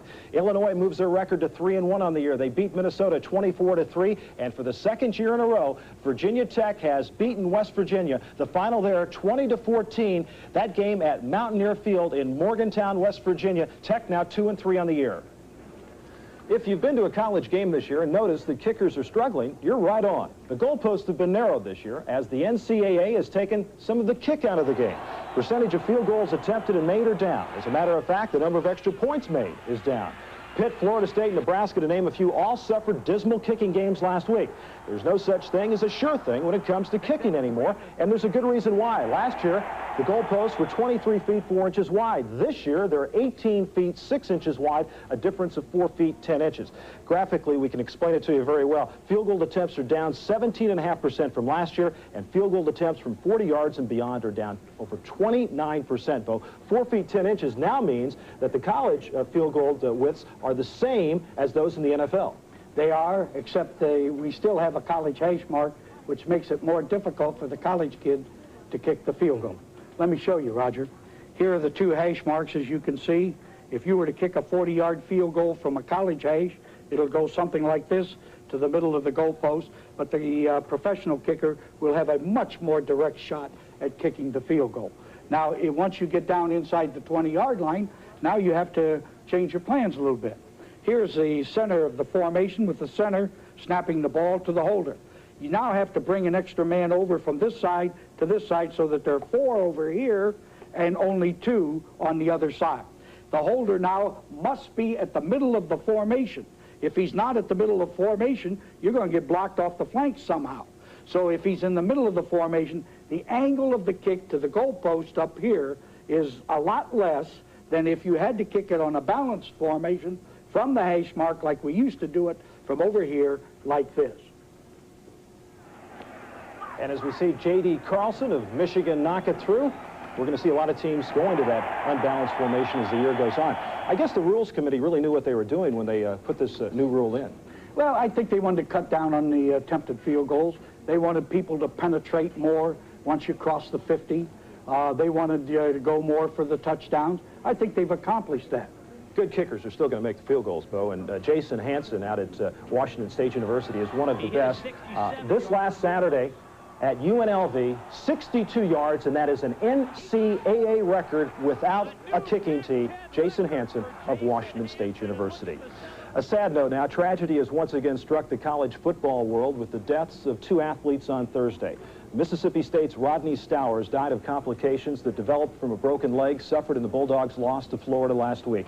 And J.D. Kaufman, a freshman offensive lineman from Marshall University, took ill on Wednesday and died of a bacterial virus. Our thoughts and prayers go out to their families. When I first saw Sarah on the library steps, I swear it skipped a beat. When Don Larson was 1 pitch away from a perfect game in the World Series, it stood perfectly still. On that awful day in '63, it felt like it was in the pit of my stomach. And that incredible moment when we all took one giant leap for mankind, it nearly burst with pride. But last year, when the doctors told me my heart was failing, and without a transplant I wouldn't last 6 months, that's when it stuck in my throat. A year ago, the Prudential created the Living Needs benefit. Now, the terminally ill could collect their death benefit while they were alive, and they could use it for anything their heart desired. Now that I'm alive and well, I think of the donor. I think of his family, and naturally, my heart goes out to them. For information, call 1-800-654-ROCK. Each year, 250,000 collegiate student athletes give it their best. Those of us who lead the NCAA know that we must give it our best, too. That's why we're committed to even higher standards, both academic and athletic. It's our promise to you and to student athletes nationwide. We're the coaches, athletic directors, presidents. We can do it. We are the NCAA.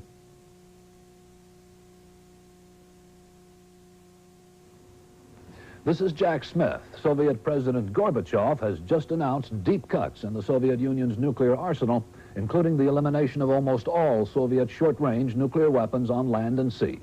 The cuts, which Gorbachev's enumerating on Soviet TV right now, appear to match, even exceed, the ones announced by President Bush when he said the U.S. was scrapping short-range nuclear weapons on land, withdrawing them from ships, and taking U.S. bombers off alert.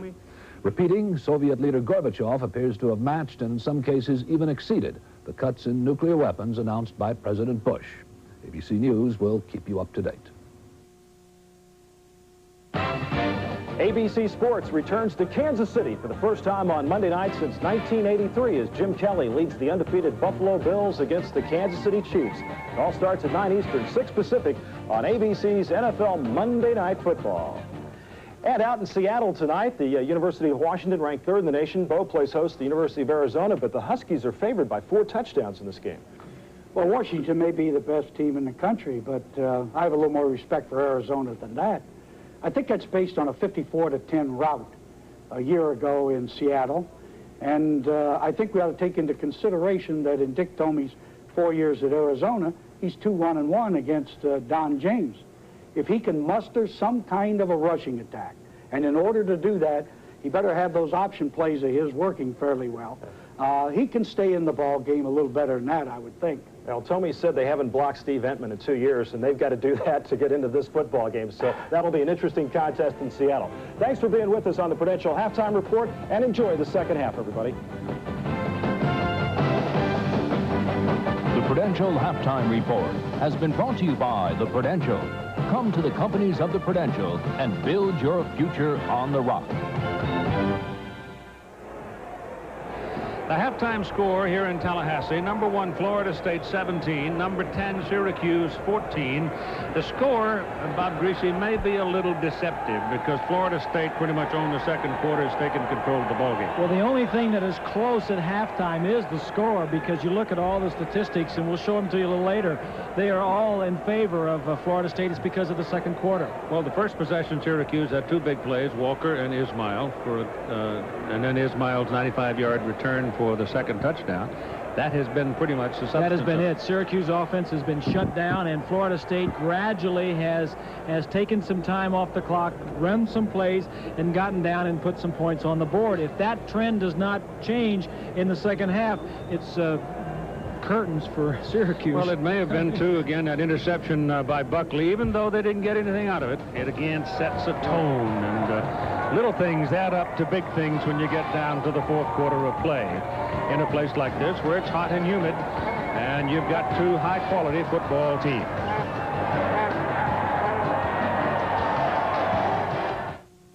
Who's got the marketing plan? I do. Sales forecast? Right here. Presentation board? Murphy's got Where's Murphy? This is the final boarding call for Delta Flight 6. Maddie Klein knows careers are riding on Delta flights. Mr. Murphy? Yes.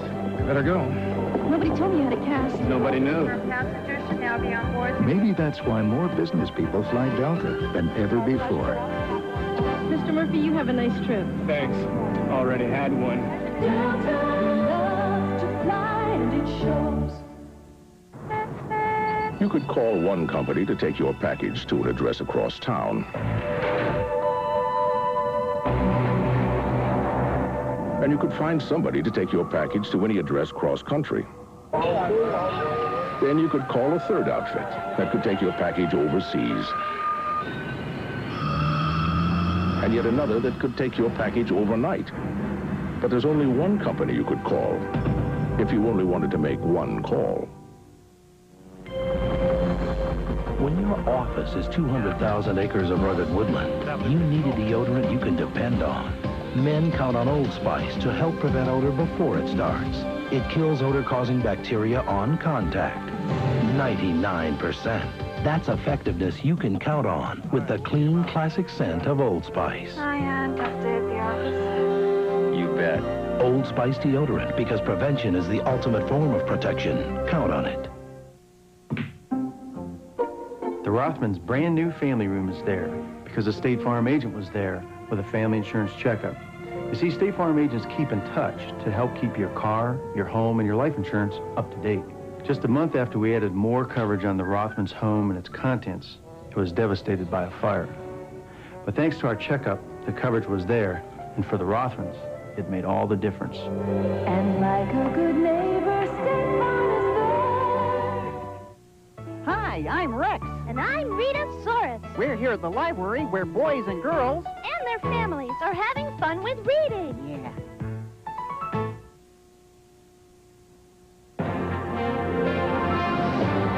ABC's College Football. Brought to you by Pontiac and your local Pontiac dealer. We build excitement. And by the good tires, good service, and good people at your nearby Goodyear retailer. The score reflected there. We're close to the third quarter. The numbers for the first half. Time of possession is big time. Look at the bottom of your screen. 17 minutes for FSU. They have 267 total yards. They outgained Syracuse in every phase, rushing the ball, passing it. But the only one that matters is the one at the top, and that's the score. FSU has a 3-point lead. 18 more plays, too. Yeah. Casey Weldon, 158 yards and 2 touchdowns. Lee is the leading rusher, and Knox, as we mentioned, came into the game with only 2 receptions, leads with 5 today. You can say that Glenn Young's having a half. He is having a heck of an inside linebacker. Brooks has got 6, Joseph 3.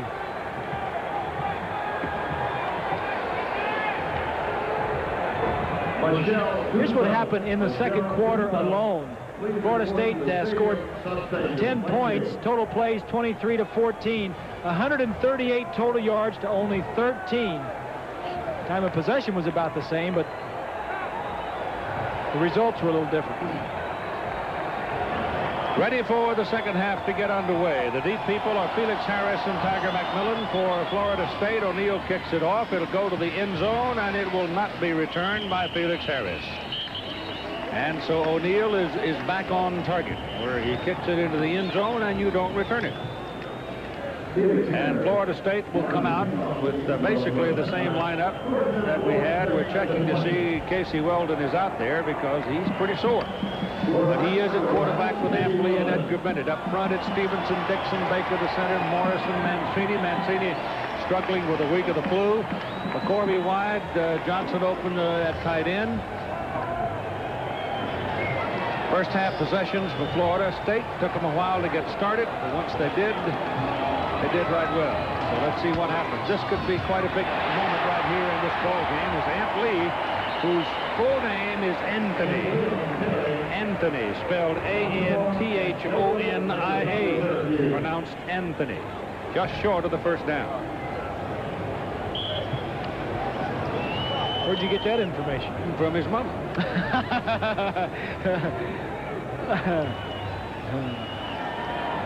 Second down, a half a yard.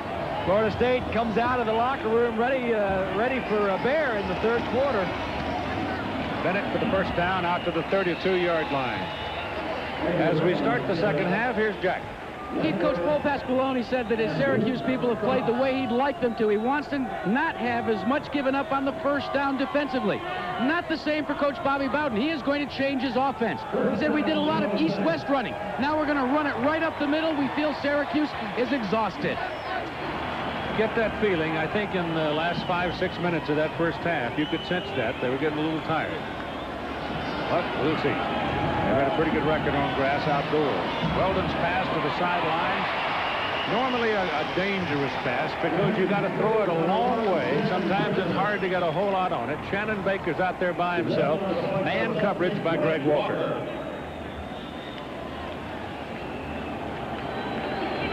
Saw that graphic of the pass distribution earlier. That's the 10th pass caught by a wide receiver this afternoon. One only by the tight end and 3 to the backs. Now, those two guys are out there all by themselves. I mean, there's nobody else. It's a two-man game right there. That's for sure. Makes it simple. One-on-one out there. Second down and 2, and it's Antley going outside for the first down. And he gets it up to about the 49-yard line before Glenn Young and Tony Montemoro bring him down. I wonder if Amps has ever really showed us the full burners. You think he has? Well, you know, he never turns them on. He's always seemed to have something in reserve. He glides and glides until he needs it, and then can turn it on. I think that's a smart way to do it. First down for the Seminoles. They lead 17-14, just starting the second half of play. Number 1 against number 10. All day for Weldon, and he lets her rip for Baker. Caught it! 1-yard line. A rainbow to Shannon Baker.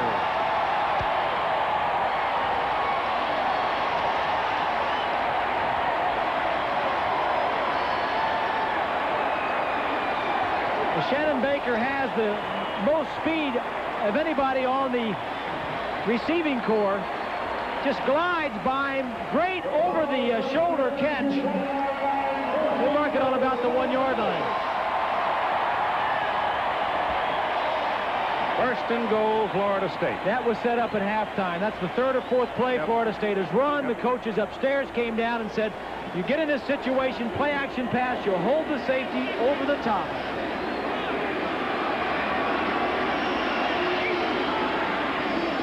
Bennett, touchdown.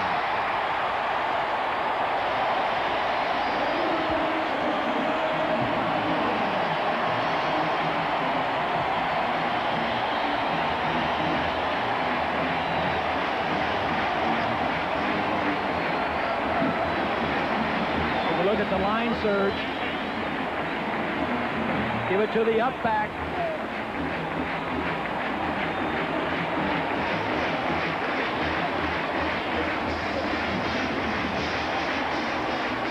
Mowry for the extra point. Out of Brad Johnson. Hold is missed it. Uh-oh. Well, he went, he had conversation with a sports psychologist after last week, and now he has missed this one. So he ain't out of the woods yet. 23-14.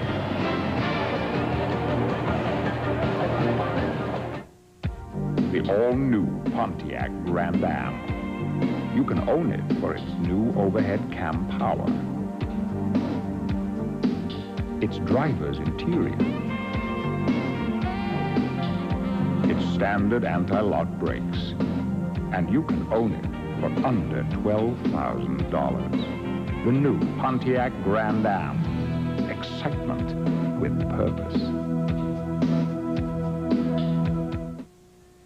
There's a difference when you're flying. Where are we going today? I'm going to Grandma's house. With someone who shows how much they care. I'm not going to go anywhere without you. A smile, a tone of voice, and the willingness to try. When you love to fly, it shows.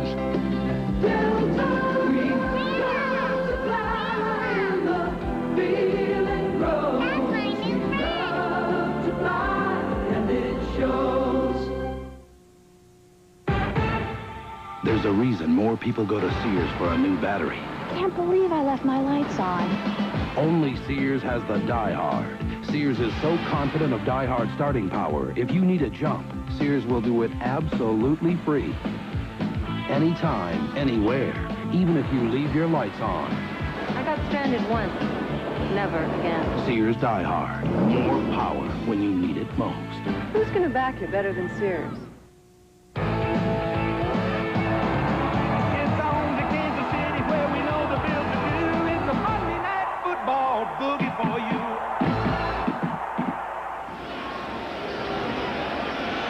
A touchdown by Bennett capping the drive makes it a 23-14 ball game for Florida State.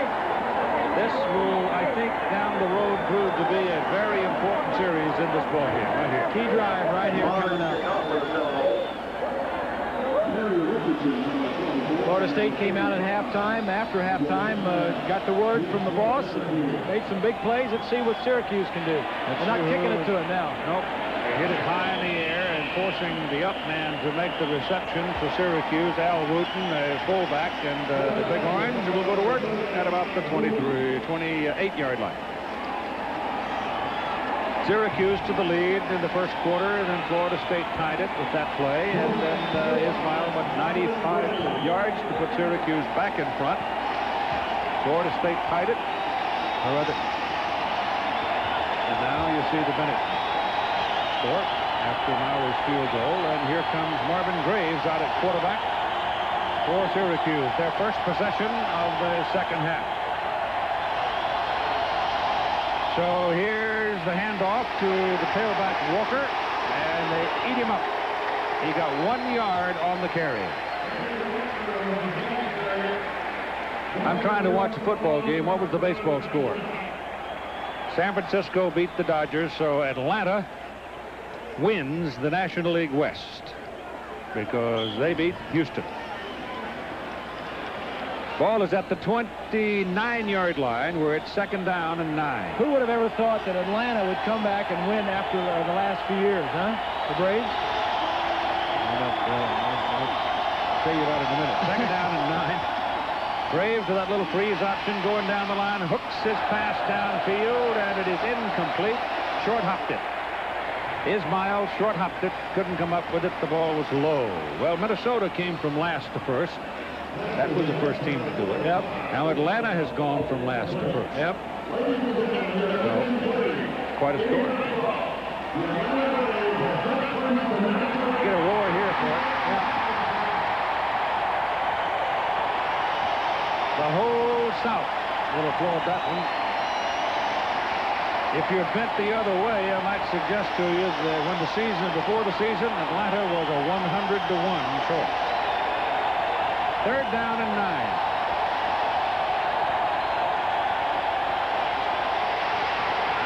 They got Graves. 97 is the man that tied him up, Reggie Freeman, and then Marvin Jones put him away.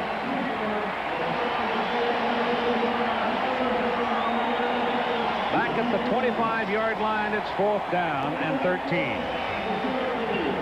Freeman's 6th sack on the year. Take a look at Buckley. Well, this stick of dynamite's not over. Buckley is the short fuse. They need a big hit here from O'Neal.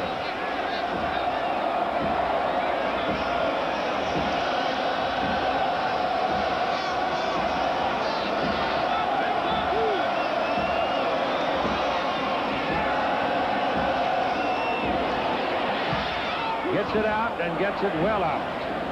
He runs Buckley all the way back to the 24-yard line. He's got some help, but not enough, and goes down around the 26. 51-yard punt and a 3-yard return.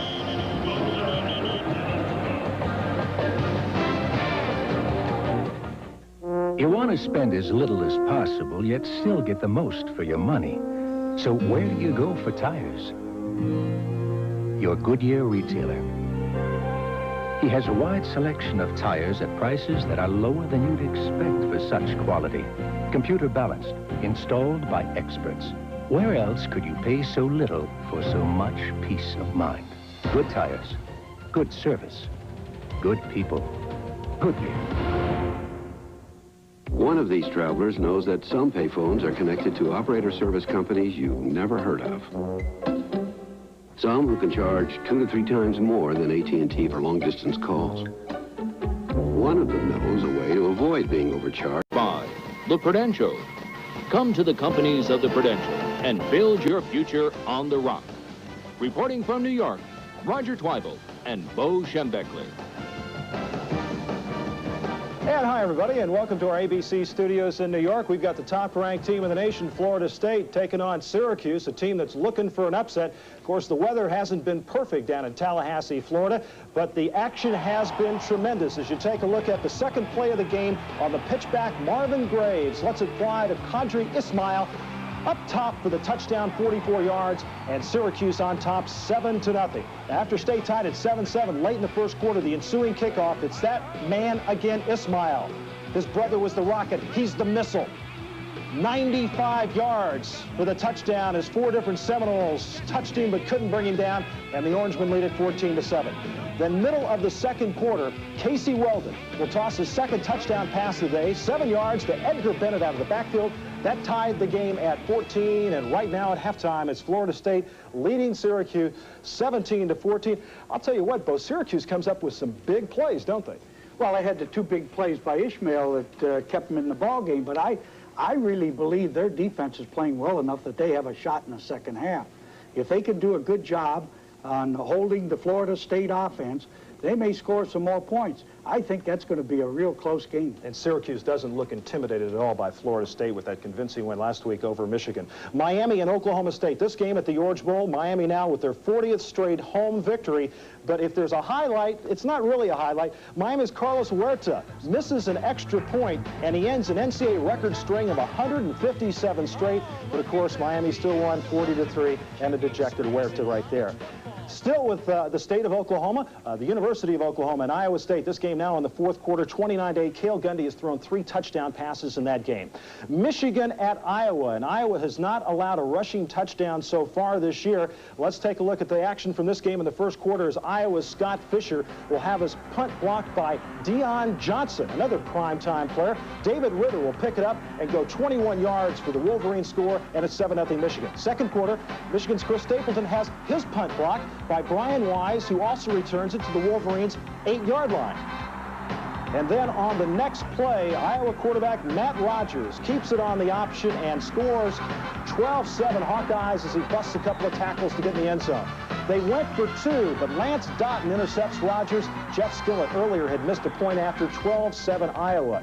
And Dannon Hughes will grab this 17-yard scoring toss from Matt Rogers. They went for 2, but missed again. And as we just see, Michigan has now gone ahead of Iowa, 19-18. That game with just a couple of minutes left in the first half at Iowa City.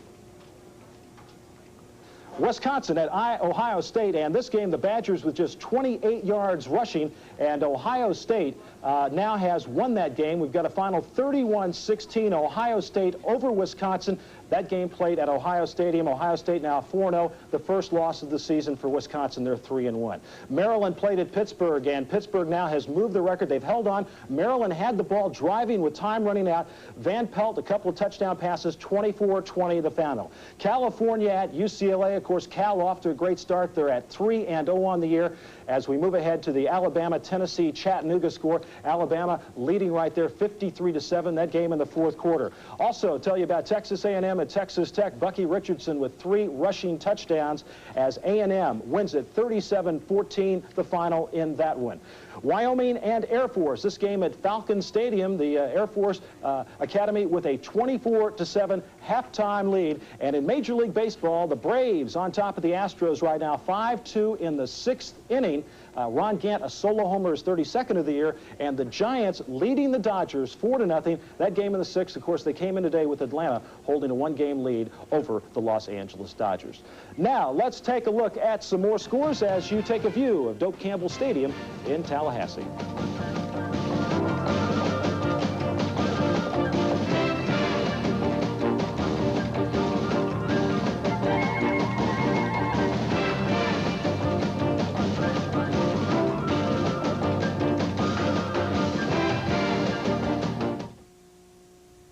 When I first saw Sarah on the library steps, I swear it skipped a beat. When Don Larson was one pitch away from a perfect game in the World Series, it stood perfectly still. On that awful day in '63, it felt like it was in the pit of my stomach. And that incredible moment when we all took one giant leap for mankind, it nearly burst with pride. But last year, when the doctors told me my heart was failing, and without a transplant I wouldn't last 6 months, that's when it stuck in my throat. A year ago, the Prudential created the Living Needs benefit. Now, the terminally ill could collect their death benefit while they were alive, and they could use it for anything their heart desired. Now that I'm alive and well, I think of the donor. I think of his family, and naturally, my heart goes out to them. For information, call 1-800-654-ROCK. People think college football players don't finish school. Fact is, they graduate at a higher rate than the student population in general, but there's still room for improvement. That's why the CFA promotes athlete graduation by offering academic achievement awards. And that's important, because when an injury ended my football career, education helped me become a successful actor. And it's been great, even though I'm still taking orders from the coach. The preceding message was furnished by the College Football Association.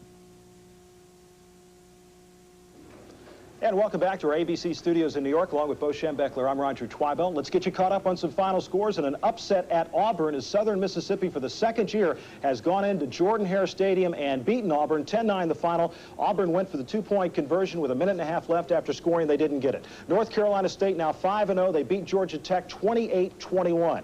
Illinois moves their record to 3-1 on the year. They beat Minnesota 24-3. And for the second year in a row, Virginia Tech has beaten West Virginia. The final there, 20-14. That game at Mountaineer Field in Morgantown, West Virginia. Tech now 2-3 on the year. If you've been to a college game this year and noticed the kickers are struggling, you're right on. The goalposts have been narrowed this year as the NCAA has taken some of the kick out of the game. Percentage of field goals attempted and made are down. As a matter of fact, the number of extra points made is down. Pitt, Florida State, and Nebraska, to name a few, all suffered dismal kicking games last week. There's no such thing as a sure thing when it comes to kicking anymore, and there's a good reason why. Last year, the goalposts were 23 feet 4 inches wide. This year, they're 18 feet 6 inches wide, a difference of 4 feet 10 inches.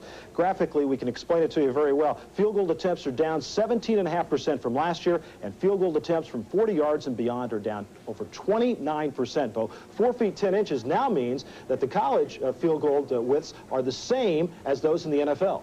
They are, except we still have a college hash mark, which makes it more difficult for the college kid to kick the field goal. Let me show you, Roger. Here are the two hash marks, as you can see. If you were to kick a 40-yard field goal from a college hash, it'll go something like this to the middle of the goalpost, but the professional kicker will have a much more direct shot at kicking the field goal. Now, once you get down inside the 20-yard line, now you have to change your plans a little bit. Here's the center of the formation with the center snapping the ball to the holder. You now have to bring an extra man over from this side to this side so that there are 4 over here and only 2 on the other side. The holder now must be at the middle of the formation. If he's not at the middle of formation, you're going to get blocked off the flank somehow. So if he's in the middle of the formation, the angle of the kick to the goalpost up here is a lot less than if you had to kick it on a balanced formation from the hash mark like we used to do it from over here like this. And as we see J.D. Carlson of Michigan knock it through, we're going to see a lot of teams going to that unbalanced formation as the year goes on. I guess the Rules Committee really knew what they were doing when they put this new rule in. Well, I think they wanted to cut down on the attempted field goals. They wanted people to penetrate more once you cross the 50. They wanted to go more for the touchdowns. I think they've accomplished that. Good kickers are still going to make the field goals, Bo, and Jason Hansen out at Washington State University is one of the best. This last Saturday at UNLV, 62 yards, and that is an NCAA record without a kicking tee. Jason Hansen of Washington State University. A sad note now, tragedy has once again struck the college football world with the deaths of 2 athletes on Thursday. Mississippi State's Rodney Stowers died of complications that developed from a broken leg suffered in the Bulldogs' loss to Florida last week. And J.D. Kaufman, a freshman offensive lineman from Marshall University, took ill on Wednesday and died of a bacterial virus. Our thoughts and prayers go out to their families. When I first saw Sarah on the library steps, I swear it skipped a beat. When Don Larson was one pitch away from a perfect game in the World Series, it stood perfectly still. On that awful day in '63, it felt like it was in the pit of my stomach. And that incredible moment when we all took one giant leap for mankind, it nearly burst with pride. But last year, when the doctors told me my heart was failing, and without a transplant I wouldn't last 6 months, that's when it stuck in my throat. A year ago, the Prudential created the Living Needs Benefit. Now, the terminally ill could collect their death benefit while they were alive, and they could use it for anything their heart desired. Now that I'm alive and well, I think of the donor. I think of his family, and naturally, my heart goes out to them. For information, call 1-800-654-ROCK. Each year, 250,000 collegiate student athletes give it their best. Those of us who lead the NCAA know that we must give it our best, too. That's why we're committed to even higher standards, both academic and athletic. It's our promise to you and to student athletes nationwide. We're the coaches, athletic directors, presidents. We can do it. We are the NCAA.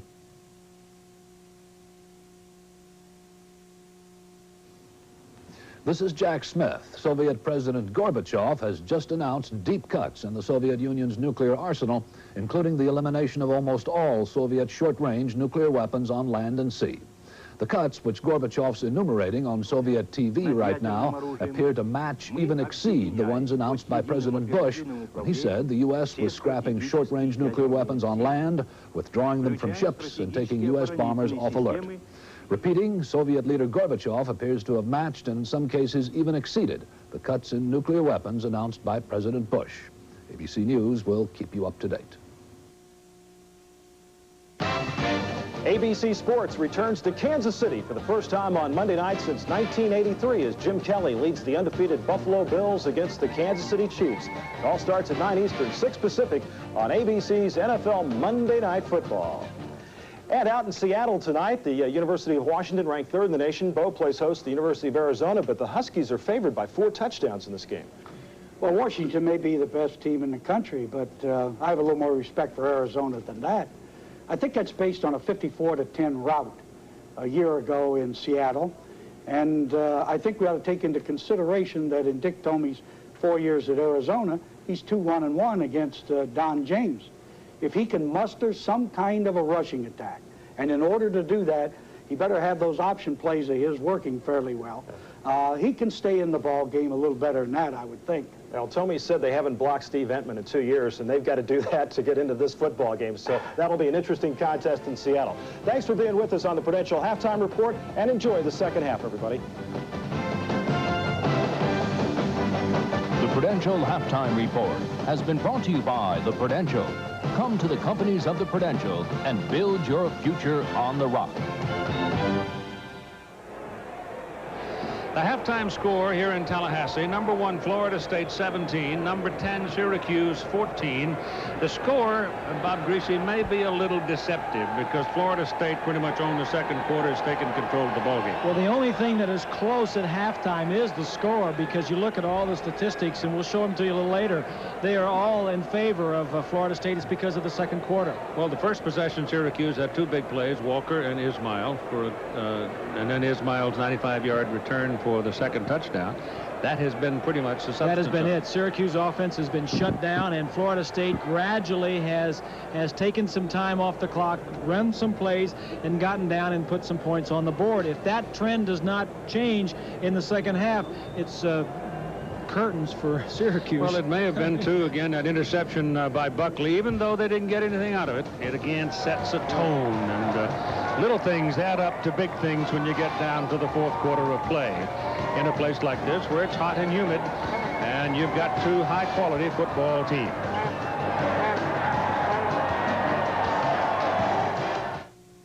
Who's got the marketing plan? I do. Sales forecast? Right here. Presentation boards? Murphy's got Where's Murphy? This is the final boarding call for Delta Flight 60. Maddie Klein knows careers are riding on Delta flights. Mr. Murphy? Yes. Better go. Nobody told me you had a cast. Nobody knew. Passengers should now be on board. Maybe that's why more business people fly Delta than ever before. Mr. Murphy, you have a nice trip. Thanks. Already had one. Delta love to fly and it shows. You could call one company to take your package to an address across town. And you could find somebody to take your package to any address cross-country. Then you could call a third outfit that could take your package overseas. And yet another that could take your package overnight. But there's only one company you could call if you only wanted to make one call. When your office is 200,000 acres of rugged woodland, you need a deodorant you can depend on. Men count on Old Spice to help prevent odor before it starts. It kills odor-causing bacteria on contact. 99%. That's effectiveness you can count on with the clean, classic scent of Old Spice. Hi, Aunt. Tough day at the office. You bet. Old Spice deodorant, because prevention is the ultimate form of protection. Count on it. The Rothmans' brand new family room is there because a State Farm agent was there with a family insurance checkup. You see, State Farm agents keep in touch to help keep your car, your home, and your life insurance up to date. Just a month after we added more coverage on the Rothmans' home and its contents, it was devastated by a fire. But thanks to our checkup, the coverage was there, and for the Rothmans, it made all the difference. And like a good neighbor, State Farm is there. Hi, I'm Rex. And I'm Rita Soros. We're here at the library where boys and girls And their families are having fun with reading. Yeah.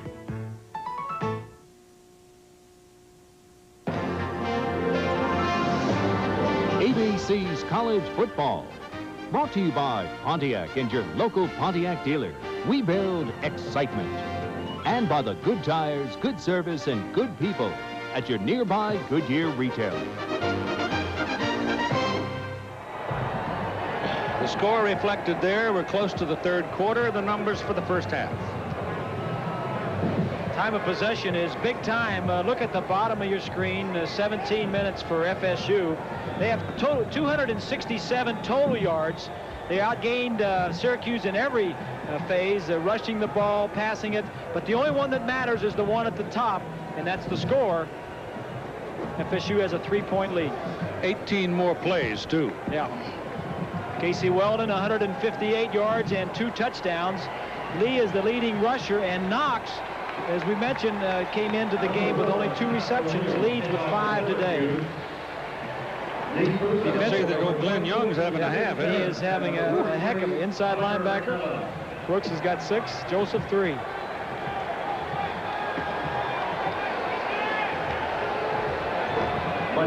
Here's what happened in the second quarter alone. Florida State scored 10 points, total plays 23 to 14, 138 total yards to only 13. Time of possession was about the same, but the results were a little different. Ready for the second half to get underway. The deep people are Felix Harris and Tiger McMillan for Florida State. O'Neal kicks it off. It'll go to the end zone, and it will not be returned by Felix Harris. And so O'Neal is back on target, where he kicks it into the end zone, and you don't return it. And Florida State will come out with basically the same lineup that we had. We're checking to see Casey Weldon is out there because he's pretty sore. But he is at quarterback with Ampley and Edgar Bennett. Up front, it's Stevenson, Dixon, Baker, the center, Morrison, Mancini. Mancini struggling with a week of the flu. McCorvey wide, Johnson open at tight end. First half possessions for Florida State. Took them a while to get started, but once they did right well. So let's see what happens. This could be quite a big moment right here in this ball game as Ant Lee, whose full name is Anthony. Anthony, spelled A-N-T-H-O-N-I-A, pronounced Anthony. Just short of the first down. Where'd you get that information? From his mama.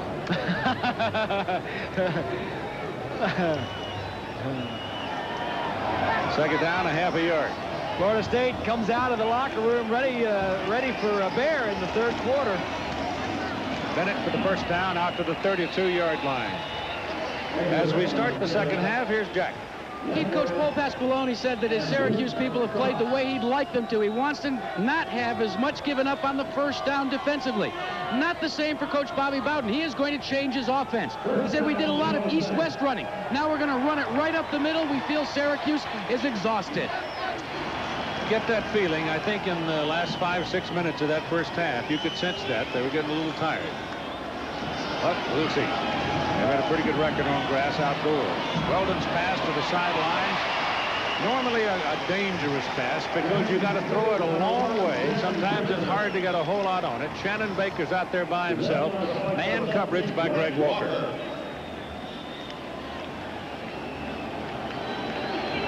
Saw that graphic of the pass distribution earlier. That's the 10th pass caught by a wide receiver this afternoon. One only by the tight end and 3 to the backs. Those two guys are out there all by themselves. I mean, there's nobody else. It's a two-man game right there. That's for sure. Makes it simple. Just one-on-one out there.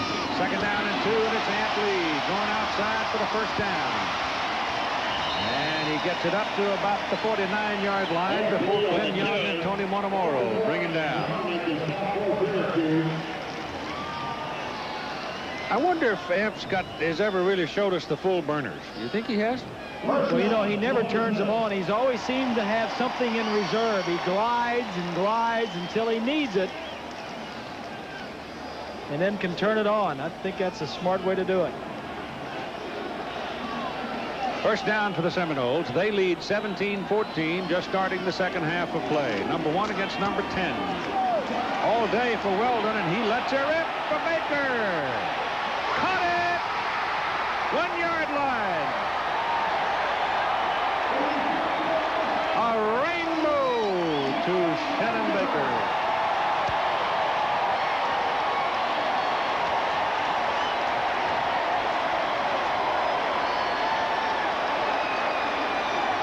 Shannon Baker has the most speed of anybody on the receiving corps. Just glides by him, great over the shoulder catch. We'll mark it on about the 1-yard line. First and goal, Florida State. That was set up at halftime. That's the 3rd or 4th play Florida State has run. The coaches upstairs came down and said, you get in this situation, play action pass, you'll hold the safety over the top.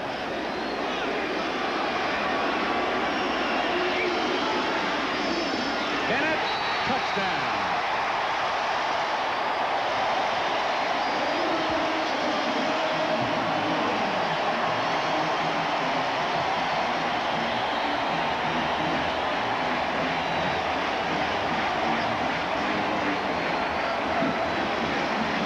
Look at the line surge. Give it to the up back.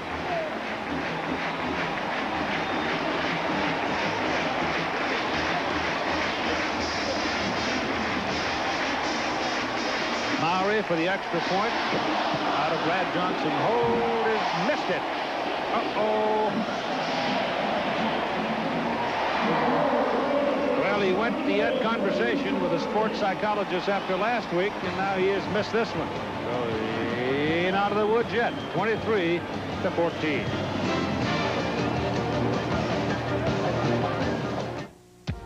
The all-new Pontiac Grand Am.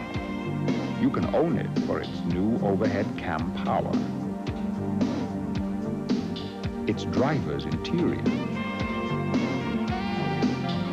its standard anti-lock brakes, and you can own it for under $12,000. The new Pontiac Grand Am. Excitement with purpose. There's a difference when you're flying. Where are we going today? I'm going to Grandma's house. There's someone who shows how much they care. I'm not going to go anywhere without you. A smile, a tone of voice, and the willingness to try. When you love to fly, it shows.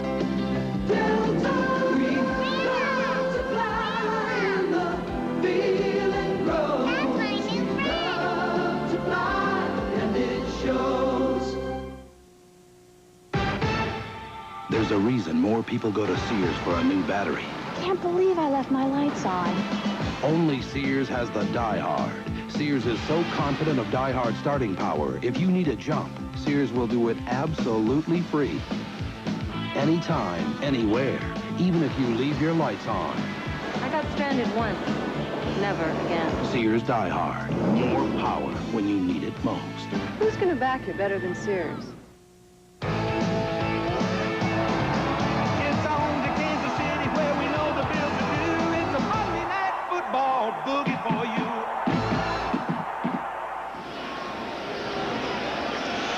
The touchdown by Bennett capping the drive makes it a 23-14 ball game for Florida State. This will, I think, down the road prove to be a very important series in this ball game right here. Key drive right here coming up.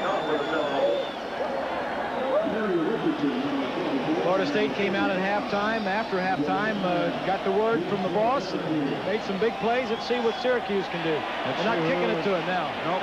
They hit it high in the air and forcing the up man to make the reception for Syracuse. Al Wooten, a fullback, and the Big Orange will go to work at about the 28-yard line.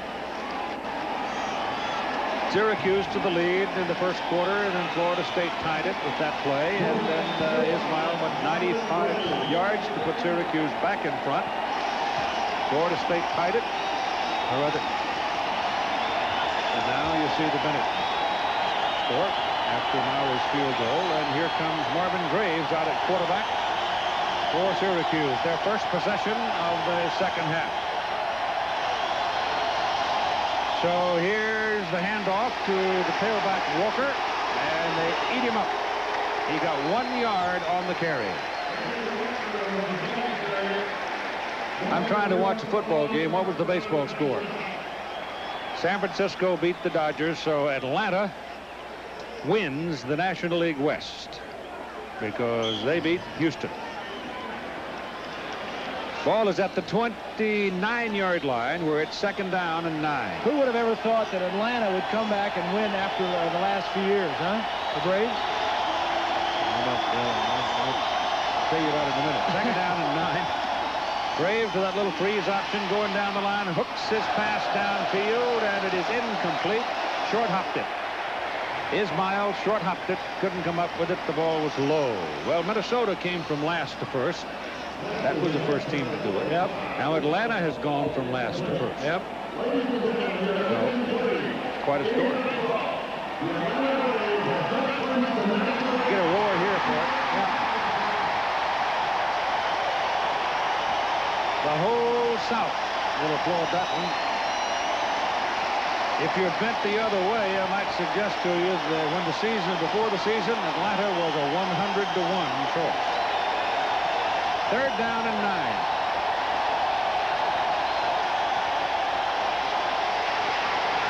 They got Graves. 97 is the man that tied him up, Reggie Freeman, and then Marvin Jones put him away.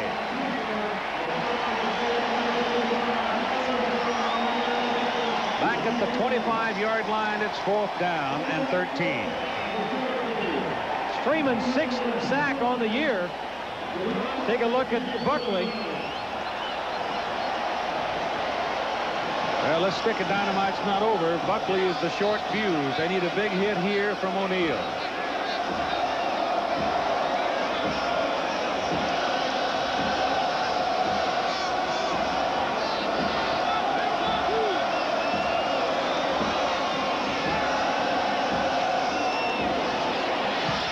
Gets it out and gets it well out. He runs Buckley all the way back to the 24-yard line. He's got some help, but not enough, and goes down around the 26. 51-yard punt and a 3-yard return.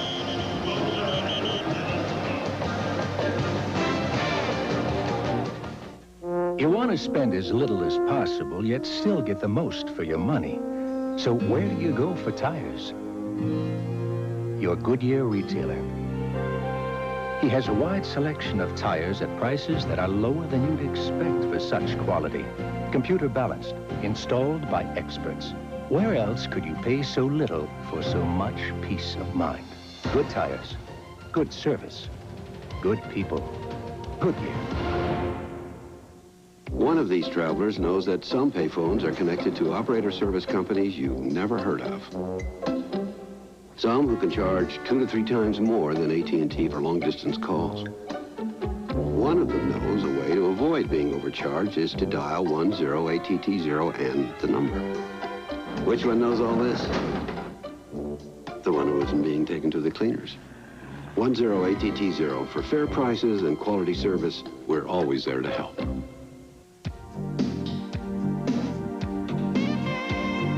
It's about style. It's about power. It's about control, the security of standard anti-lock brakes. It's about $12,000. The all-new Grand Am Sports Sedan. Excitement with purpose.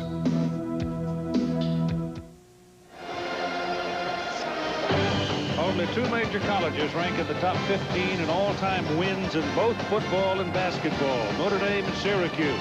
The thing that strikes me about that is Notre Dame has already run off the basketball coach that put him in that posture, and I hear a lot of talk about Syracuse doing the same. Kind of strange sometimes. On first down from the 27-yard line, there are penalty flags flying all over the place.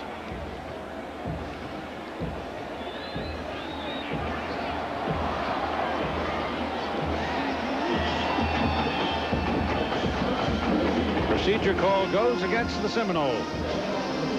Florida State has been in this situation 4-0 several times and have not been successful. It's a hang-on time right now, though, I think, for Syracuse. Yeah, they're on the ropes. You got to be careful. Yeah, and Bobby's looking for the knockout punch. He's won 46 of his last 52 games. Back him up 5 on first down. Slip by Lee, and down he goes. So Amp Lee, who had started left and had planted to come back to the right where he had room, but he lost his footing. So it's remarkable how well this field is held up. Oh, it really is, Keith. And, you know, as hard as it rained before the ball game, it was coming down in buckets for hours. This field with the prescription athletic turf is really held up. Second down, call it 16. Casey Weldon lets it go, has a man. Eric Terrell. And it's first down, Florida State, up at the 48-yard line. They're roaring down below in Jackson, Wyoming. And Keith, I'm here in the end zone, and right above me is the Florida State Seminole neon spear. Now, it's a noise meter, and when the spear gets totally lit, this place is on fire. And these people have been into this game since about the end of the first quarter, and it is absolutely bedlam down here right now. You can handle it. You can do Indianapolis, Daytona, not to mention Charlotte and Michigan. You can handle it. Yeah, got those earplugs in. First down, 48-yard line. Pitch it back to Lee. Let him search a little bit, and he trips as he found where he wanted to go, but couldn't quite clear the stack. Weldon on the day is 16 of 26 and 244 yards and 2 touchdowns. Weldon did not start to the middle of last season. That was his 4th year at Florida State. He waited around, waited his turn a long time. He is 10-0 as a starter, and Bobby Bowden says that he may be the best quarterback he's ever had at Florida State. He and his wife Lori both graduate this coming December from FSU. Weldon's pass to the sidelines again. He got that one-on-one matchup over there, and it was for Terrell against Walker. Walker's getting tired of picking on him because they've been throwing at him all day. Well, he's been out there by himself. The style of defense that Syracuse has been using is everything underneath. No big plays except for that one pass on the last possession. Amp Lee, incidentally, on his last carry has 17 for the day, and he has now reached 100 yards.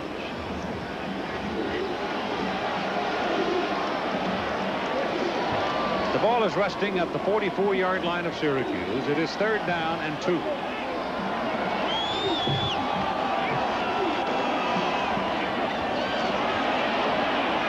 And he doesn't get it. Camp Lee, trying for the first down, is going to come up short. He'll go here. Yeah, you know, Bowden is the master of the tricks. 4th and 1. Whether he leads his offense in or whether he puts in the punt team. Here go.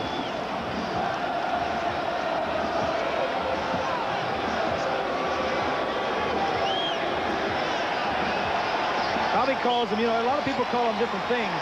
Gimmick plays, gadgets. Bobby calls them barnyard plays.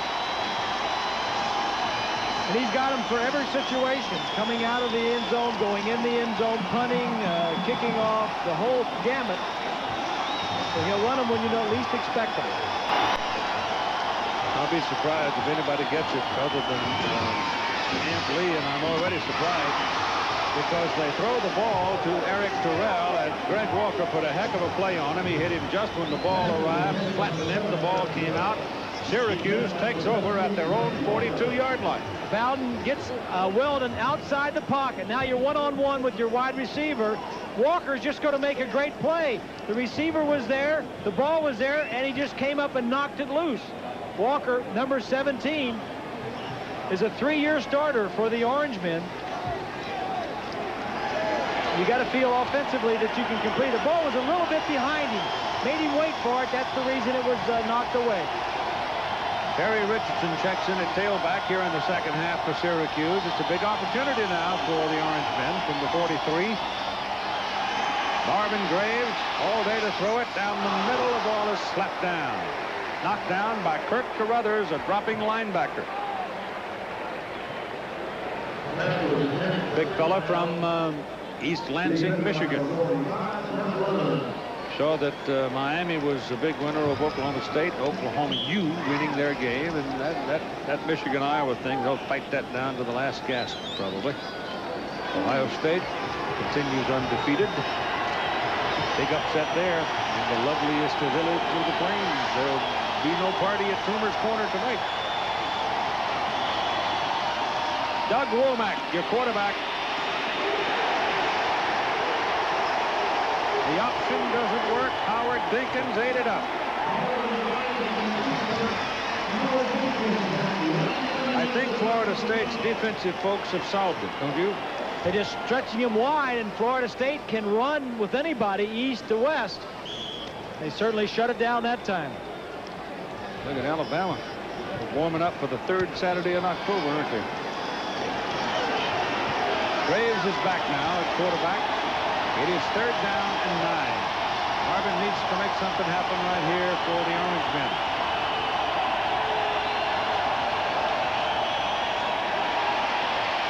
Lets it go deep. Too long. Penalty flag is thrown on the sidelines. Ismail running against Terrell Buckley. Well, it's going to be interference on Buckley because the ball was in the air when he was jamming the receiver. So the lid on the cookie jar bit his fingers. And that'll be a first down. Check to the right side. Now watch the jam. Buckley's going to hit him. Now he hits him again. And the ball is in the air. You'll see the flag. 15-yard penalty, first down. You can jam him as long as the ball is not in the air. When the ball is in the air, obviously, you got to let him go.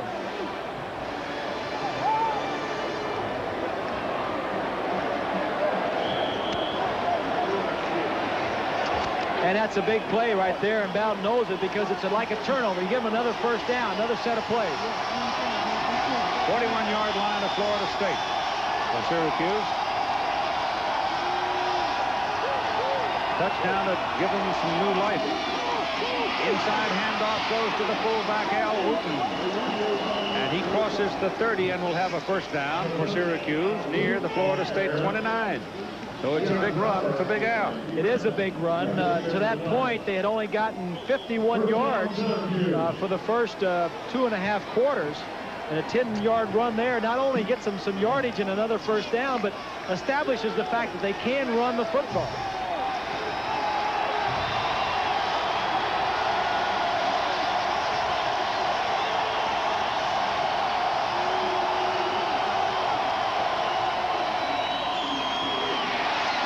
Big pileup this time as they go back to Wooten. Maybe they thought they wouldn't do it 2 times in a row, but certainly not fooled. The crowd today, and I mean the weather was so bad this morning, you can't believe it. But 61,231 came, and they're still here. But it really hasn't rained lately. Steve Osceola, the stride renegade. Bill Cody coming.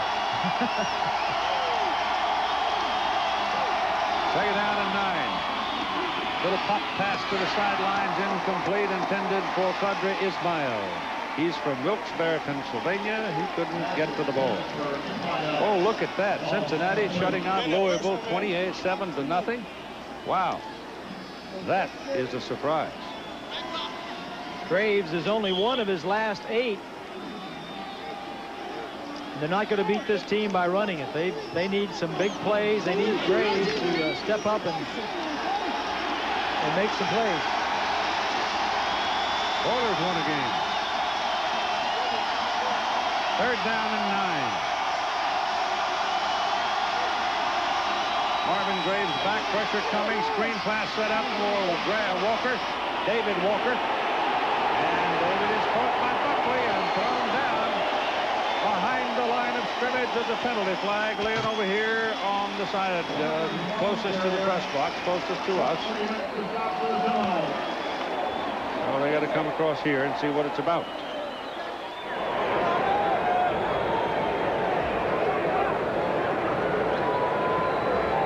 Looks like a holding call against Syracuse. Yeah.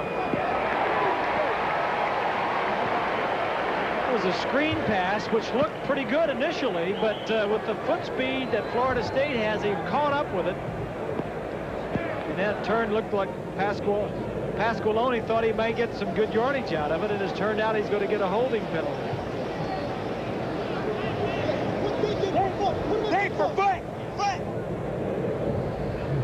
So that'll back him up 10 yards from the foul or from the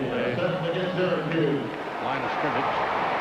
Pasqualoni was saying when he took over for McPherson that he not only didn't change the terminology on offense or defense, but he didn't change anything. Not the schedule, not the meeting times. He wanted to keep everything the same. He says Mac had been around here for a long time and did a nice job, an outstanding job, and he wanted to keep everything just the way it was. So it's an 18-yard penalty from 10 yards from the spot of the foul. And it's back just outside the Florida State 46, where it's third down and 27.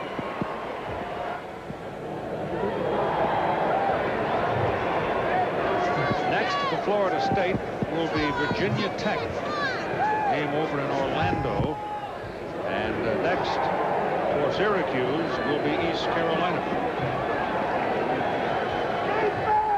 Remember, Virginia Tech gave Oklahoma fits out in Norman last week.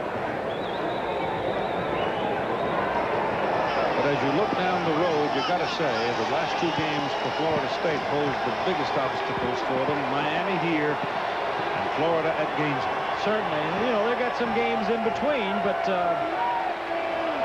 those are going to be the key ones at the end. Third down now and 27. After getting the time back on the clock.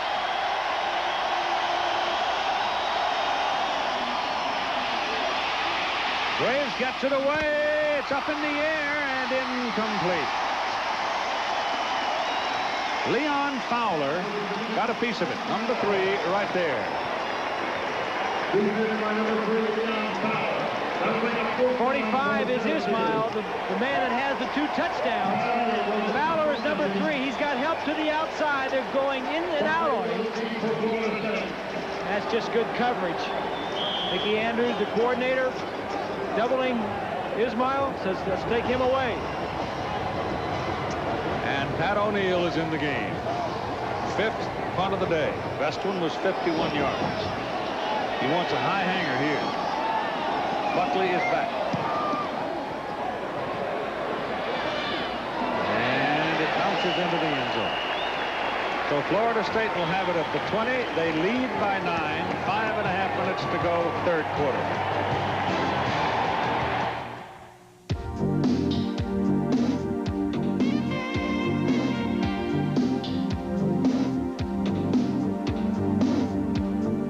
It has a breathtaking shape.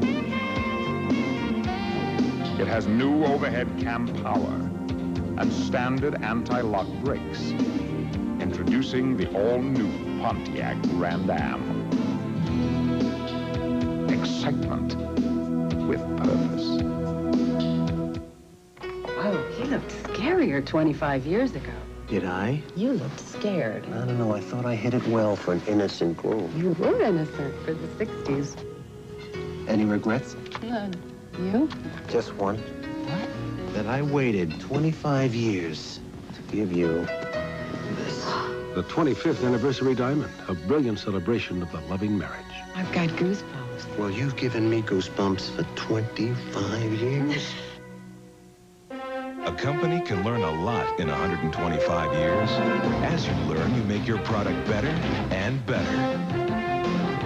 125 years of quality. That's why people who know use Valvoline. 58% of business travelers change their plans at least once. No problem. Call 1-800-HOLIDAY. Holiday Inn. Stay with someone you know who really knows you.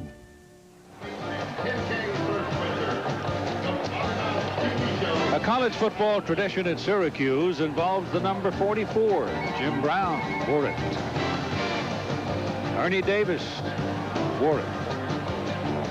So did Floyd Little. And now, this young man, Terry Richardson from Fort Lauderdale, Florida. Casey Weldon pumps, lets it fly for Shannon Baker, and he can't get to it. Covering on the play, Greg Walker. And down on the ground is Casey Weldon, who gets up one more time. I mean, Casey Weldon has been hit enough in the last 2 weeks to get a week off. That little pump there was a little out and up. Gets him outside the pocket. And there's the bump that you were talking about. You know, nobody ever sees that in the stadium. You know, they're always following the ball downfield, but the coaches see it. Michigan out to an 8-point lead now in Iowa City, and Baylor by 7 over Houston. Weldon threw that ball about 70 yards. This is Anthony, and to the 24. Tim Sandquist brought him down. So Michigan leading by 8.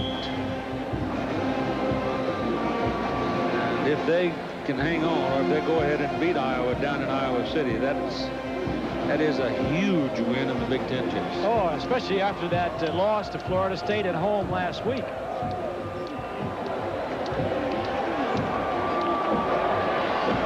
That's some trouble down the road with Illinois and Ohio State. Illinois in particular, I think. Kevin Knox, number 81, who was so busy in the second quarter, is back in the lineup now for the Seminoles. It is 3rd down and 6. Knox breaks it off. He's wide open. Pass goes instead to Edgar Bennett. Bennett rolls on up the field and is down around the 45-yard line. Ball came out, but they rule him down. Greg Walker's going to go home feeling like he ran all the way down to Tallahassee. They have really worked on him today. Here's Bennett right here. Watch him as he's going to slide to the left and then sneak right out.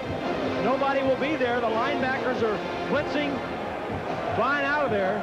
It's a little delay and a nice touch pass. Very nice touch by Weldon.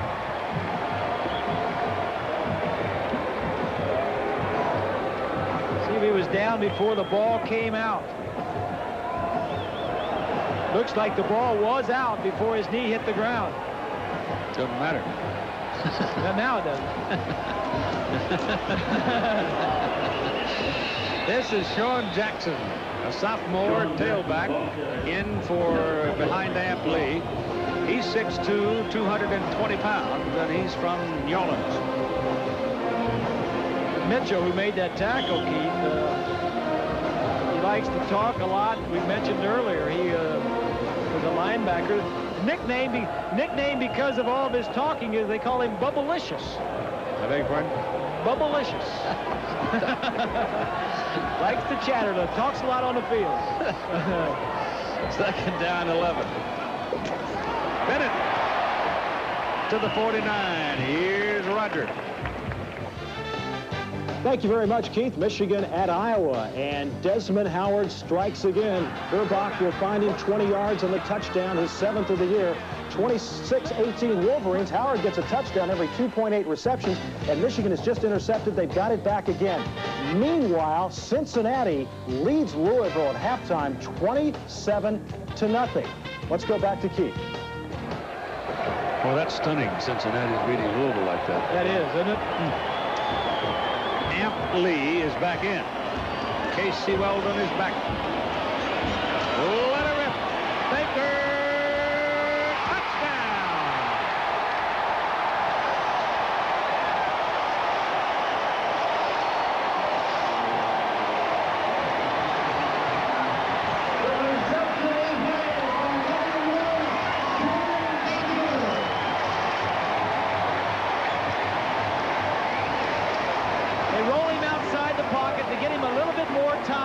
Receiver get downfield. It's one-on-one. Walker against Baker. Baker is the fastest guy on the team. Walker's been playing up, trying to intercept some of those balls. He knocked one away earlier, you saw. That's just an outstanding play. Just raw speed, huh? And talent. Burning speed, though. Well, I mean, those two kids were really fine. Maury's kick is good. Baker has caught 5 balls now today for 138 yards.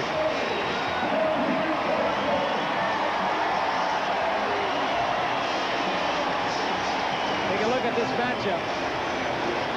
Little hesitation there. Freezes Walker. Weldon is outside the pocket, so he's got more time to allow this to happen. How can you throw it any better than that? Casey Weldon, Desmond Howard, probably your 2 top Heisman people right now, would you not say? I wouldn't argue with you on that one. A 30-14 ball game. 16-point lead for the Florida Seminoles. And we got a quarter to go. Well, last week, as you take a look at Ismail, last week Desmond Howard was back there. They didn't kick to him, and they're not kicking to Ismail in the second half. Second time they've popped it up. Yes, Jeepers, you got to kick it a little better than that. I mean, Al Wooten is standing up there. He makes the catch. He just puts his head down and runs all the way back to the 49-yard line. Tonight, Tony Danza and Judith Light star in Who's the Boss, followed by Growing Pains. Jesse James meets up with the Young Riders. Not a thing. And you've never seen a cop like Tony Scally in the commish. It's all tonight here on ABC. Doug Womack comes back in, the option quarterback from Houston, Texas. And they're sitting in the middle of the field with it. 49-yard line. Wishbone set. Ismail coming back.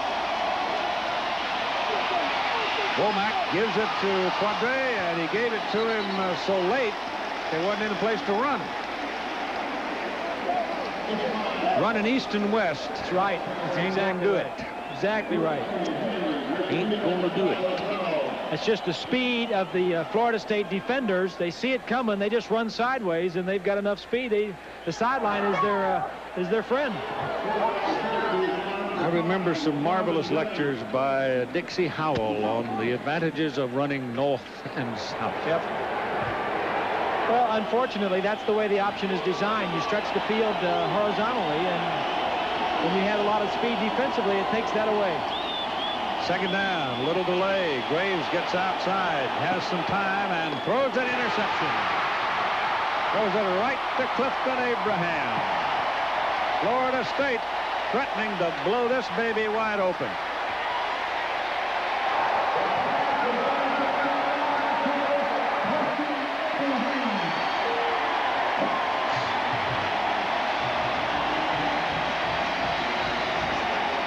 Syracuse is not in a situation where they enjoy being in, behind and having to throw. They're an option team.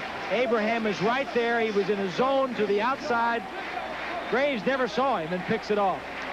Graves' last 10 attempts, he's 1 completion out of 10 with 2 interceptions. Yeah. Not good. Sean Jackson and Paul Moore will be in the backfield now for Florida State snap. And goes to Big Jackson. Sean will pick up about 3 yards on the carry with 2:22 to play in the 3rd quarter. You mentioned the numbers lately for Graves.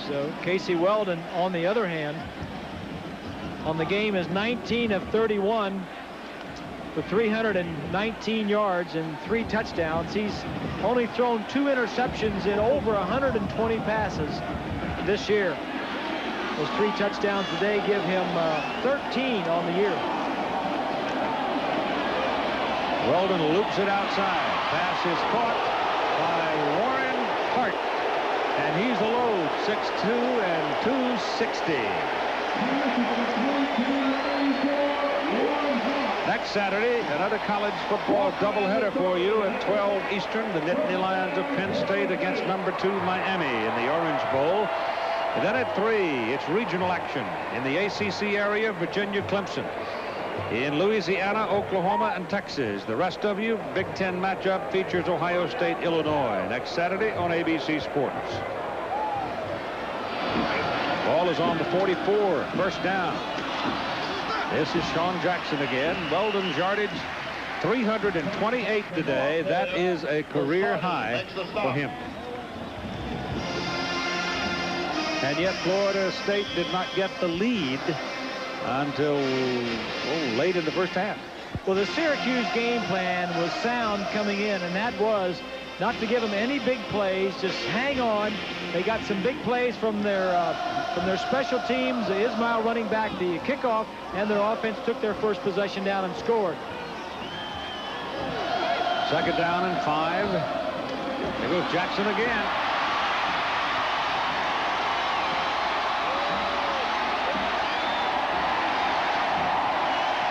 Well, they're seasoning him. And at 6'2", 220, he would be the perfect foil for Amp Lee, who is such a darting slasher. Jackson, on the other hand, seems to enjoy running over linebackers. They got a lot of depth in this backfield. As you see the numbers on Casey Weldon, gives him 13 touchdowns and only 2 interceptions on the year. UCLA back to the lead over California. That's been a seesaw. Big game in the Pac-10. Weldon. Fryer can't hold it. Matt Fryer defended by Dwayne Joseph. They haven't thrown against Joseph much today. They've chosen pretty much to pick on Greg Walker. Joseph came into the ball game with 3 interceptions. He normally plays the short side or the boundary side of the field, allowing Walker, the other corner, to play the wide side. It'll be 2nd down and 10 with 11 seconds to go in the 3rd quarter. This right here tells you the story of the 3rd quarter and the story of the game. Florida State was leading 17-14 at half, and now at the end of the 3rd quarter, they're leading 30-14. Jackson.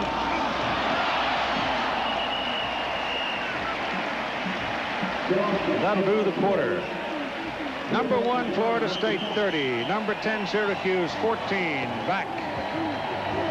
We got a flag. Yep, we do have a flag.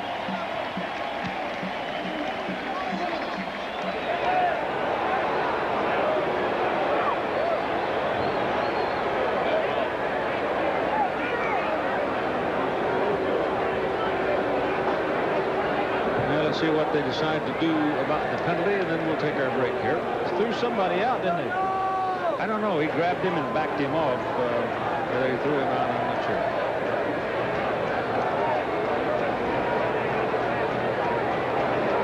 Bobby Baker, the center, was the man I think that Dale Phillips was talking to. it's against Florida State. Yeah, personal foul, and he is out. Personal foul.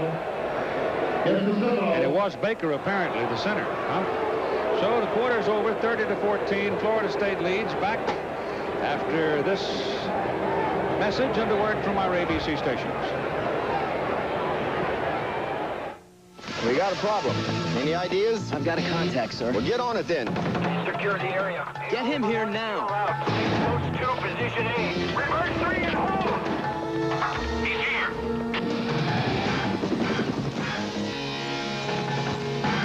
Let's roll. Go, go, go. Where'd you find him?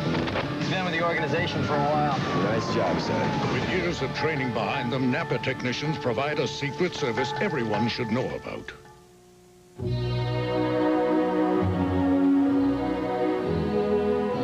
This is the new Pontiac Bonneville. Inspiring to the eye and to the touch, even to your peace of mind. The all-new Pontiac Bonneville. A higher level of excitement.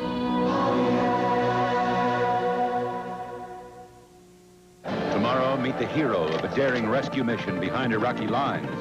I was ready to die to save him. One of the heroes of Desert Storm, a world premiere movie tomorrow. One little touch can mean so much when it's coming straight from the heart of you. Somehow you always know what to do. Oh, you never turn away. I know I'll never make it without you. A salute to the nurses who make us the healing force of Tallahassee Memorial. We'll be there each and every day, there to help along the way. We'll be there with you for all the things you do. We'll be there each and every day, there to help along the way. We'll be there with you. We'll be there for all the days in your life. News Center 27 with Justin Kiefer, weeknights on TV 27.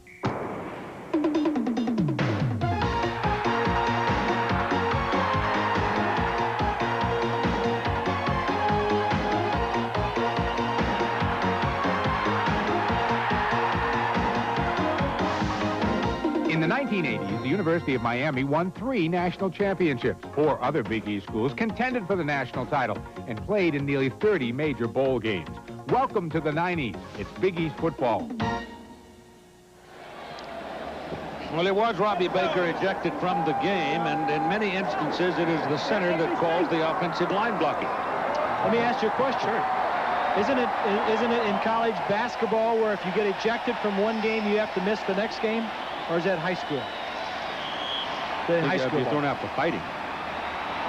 Fighting. In other words, he doesn't have to miss the next game. Not that I know. Yeah. 3rd down and 20 now.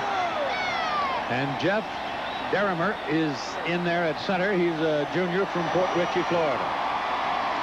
And Casey Weldon pumps it, lets it go, and it's off the hands of Shannon Baker.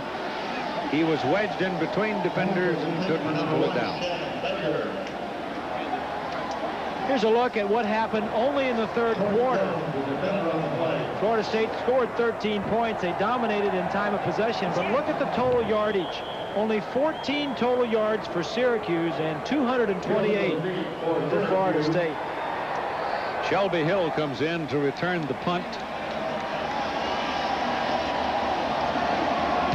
Scott Player pooches it up. That's going in the end zone. No, it's not. 4-yard line. That ball is unbelievable. It hit on the half-yard line and came backwards.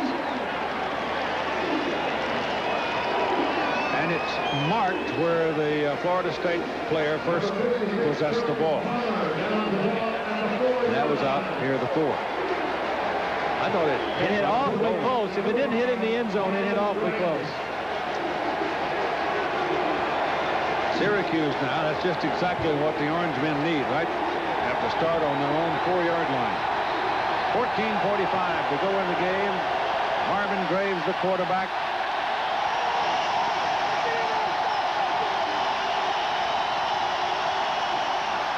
Give it to Richardson. And Perry Richardson crosses the 5 out to the 6. And here's another update from Roger. Thank you very much, Keith. At the Rose Bowl in the third quarter, Tommy Maddox will find Sean LaChapelle for the second time in the day. And look at the effort for the touchdown. 21 yards. Maddox's 7th touchdown pass of the year. 4th touchdown reception for LaChapelle. Meanwhile, Indiana blanks Michigan State 31-0. Michigan State at Michigan next week. On 2nd down and 8. Just looking for a little daylight. Option down the line. Turn it. Nothing doing. I don't believe anybody's going to run an option very long against Florida State. I just don't see it. Just too quick. Take a look from behind the line of scrimmage. Ken Alexander follow the play. 36. Number 36. Alexander, the backup inside linebacker. This is the 9th possession of the day for Syracuse. They scored on an 80-yard drive on their first series of the game. Since then, they've had on their following 8 drives, they've had 2 interceptions, and the rest have all been punts. That 80-yard drive was what? 4 plays? Something like that? It was 2 plays. 2 plays, yeah. 2 plays. They have not done anything since the first drive of the game offensively. But, you know, that's what makes great teams. When you're a little bit sore and beat up and you've spent a ton of adrenaline and you're kind of walking into your next contest, it's the defense that'll carry you until you get cranked up. Yep. Center and at all Ticketmaster locations. Student tickets will be sold all week at the stadium. ABC's NFL Monday Night Football this week will be out of Kansas City with the Buffalo Bills against the Kansas City Chiefs. Thought to be one of the tougher teams and tougher matchups of the season going in. The Chiefs have not had as much success as the Bills, but they're fully capable. And Buffalo, of course, all the media guys around town starting to talk about a perfect season. That's a long time to come, though. Jim Kelly has done a great job there. Former University of Miami Hurricane. We'll see them next week. And what a great job Marty Schottenheimer has done in Kansas City. 9 Eastern time next Monday night here on ABC Sports. 3rd down and 7 for Syracuse. Out of the end zone, can't do it. So safety. Todrick McIntosh, number 94.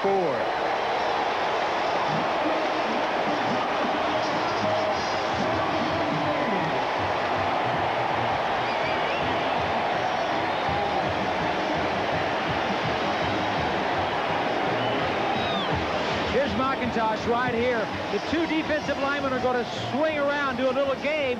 Watch as he comes around to the outside. 94 gets held a little bit, keeps coming, gets a safety this week. Last week against Michigan, he intercepted a pass and ran it in for a touchdown. He could be one of their leading scorers. That's right.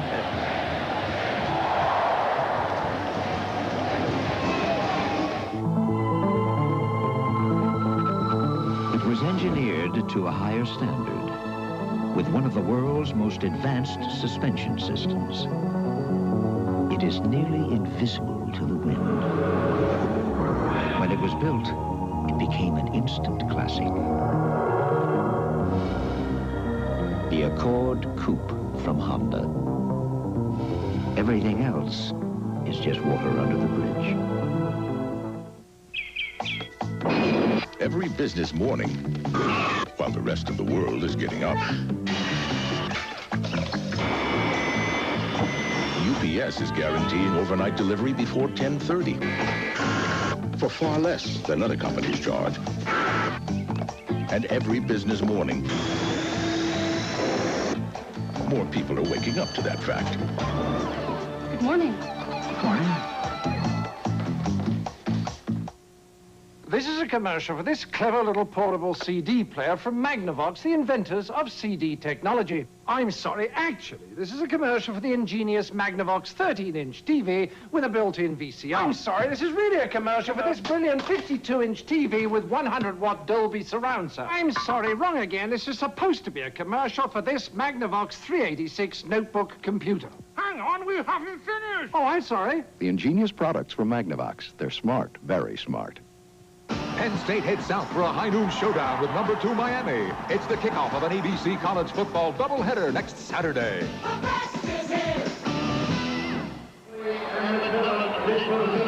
To give you an idea of how things have been going for Syracuse as you watch the safety develop here with McIntosh sacking the quarterback in the end zone. In the first quarter, Syracuse went for 121 yards. Since that time, they've had 23. McIntosh! Right here, baby, right here! Yeah, we saw you last week, Todd, after that touchdown run of about 55 yards. He was sucking for some air, looking for the oxygen tank. And after the safety, they will put it down on the tee and kick it. Pat O'Neill from the 20. Ooh. He's got a leg and a half. All the way back just inside the 10-yard line for Terrell Buckley. And they get him. He sort of makes you hold your breath, too, doesn't he? Uh-huh. Out to the 37-yard line. The Florida State schedule, those are the games won. And, of course, one would guess they're going to win this one, though there's 13 and a half minutes to play. But you look on down the road, Virginia Tech could put a knot on them. Go to LSU. It's been a tough year over there. You don't figure to Middle Tennessee State to give them that much trouble. Louisville is apparently having a lot of trouble. South Carolina jumped up and scored 53 today, but those two at the end of the season. Uh-huh. One here, one there. Weldon over to Jackson. Sean Jackson. And there are enough white shirts over there to bring him down on the 40-yard line. Glenn Young continues to roll up a huge number of tackles in this ball game. Gain on the play is about 3 yards. Second down and 7 coming up. There's active Division I coaches. Bobby Bowden is second in wins. You know what? Based on the fact that Brad Johnson and Casey Weldon both leave this year. Uh-huh. Florida State could be an option team next year with the quarterbacks that they have here. Charlie Ward in particular. This is Sean Jackson. That's close to a first down.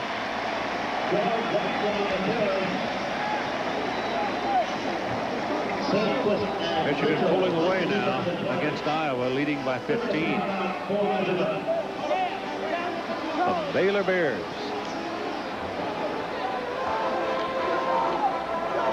You might wonder if, you know, what Casey Weldon is doing still in this ball game. I mean, you're up by 18 points with, I think the reason he's still in there is that there's about 12 minutes to go in the ball game. I think this will probably be his last series. You never want, and he's got a bunch of the second-team players in there already. The backup center is in there. The backup backs are in there.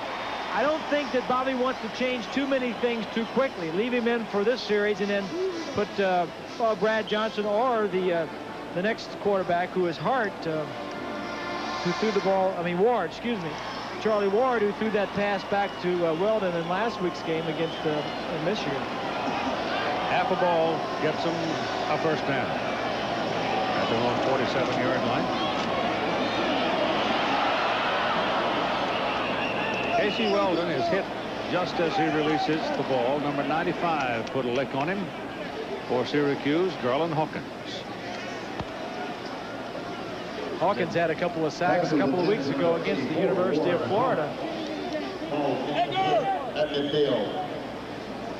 UCLA looks like they may be about ready to beat California in the Rose Bowl, leading by 10 in the fourth quarter. I thought the Bruins might be the turnaround team in the Pac-10 this year.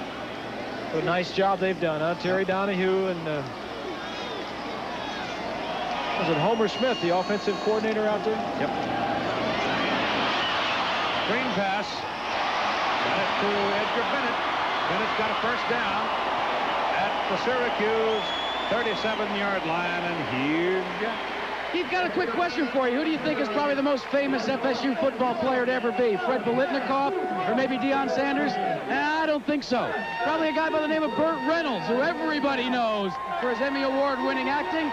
Well, he is very tightly related to this team, and we're going to tell you a little bit more about how important he is to this team, because he is also the team's designer.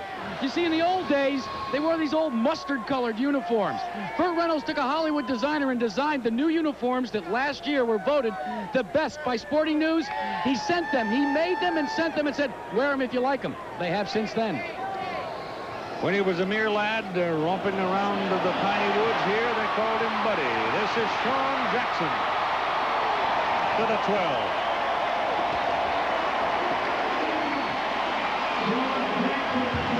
Young man would be starting for a lot of teams. He has the misfortune of playing at Florida State behind Amp Lee. Rolling up some numbers today. And he'll probably get to play the rest of the way, at least until somebody else is sent in. The Seminoles came in averaging 48 points a game. That's second best in the nation.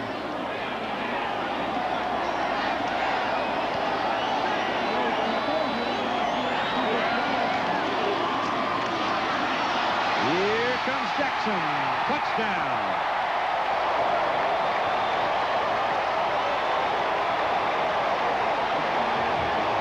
And it's getting easier and easier.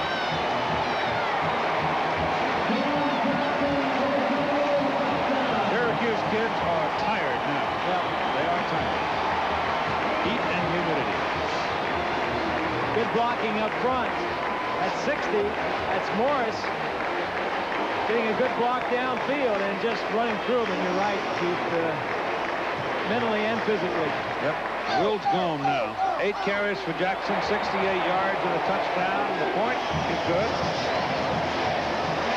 39-14. Number 1 leads number 10.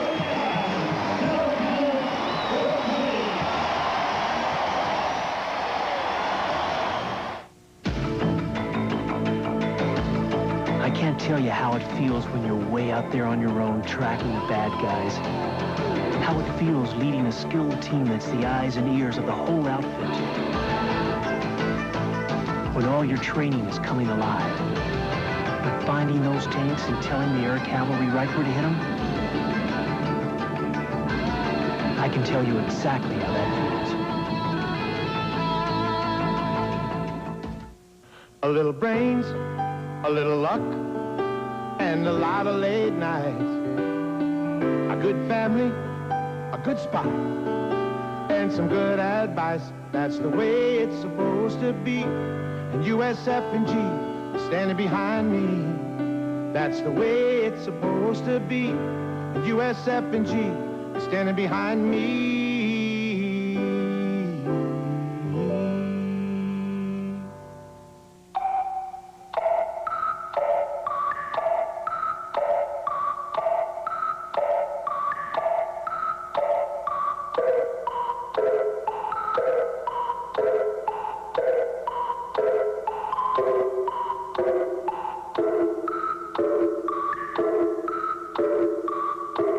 It was designed to run like a watch. Just strap it on. Did you know that Tallahassee was the only capital in the South that did not fall during the Civil War? They couldn't find it. What are you talking about? Yankees was tired and they got to the river. The feds just whopped them upside the head at Natural Bridge and they went home. Yeah, you Southerners, you're just all the same. They hit him a lick.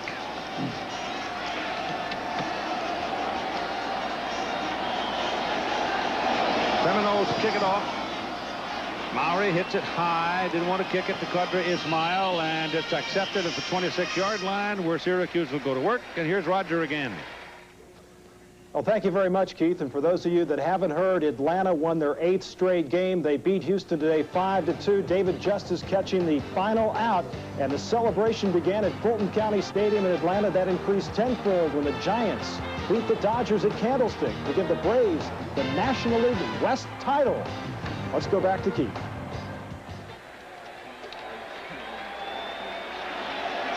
And first down, boy, they'll be partying around Fulton County tonight, won't they? Not to mention DeKalb, Cobb, and all the others.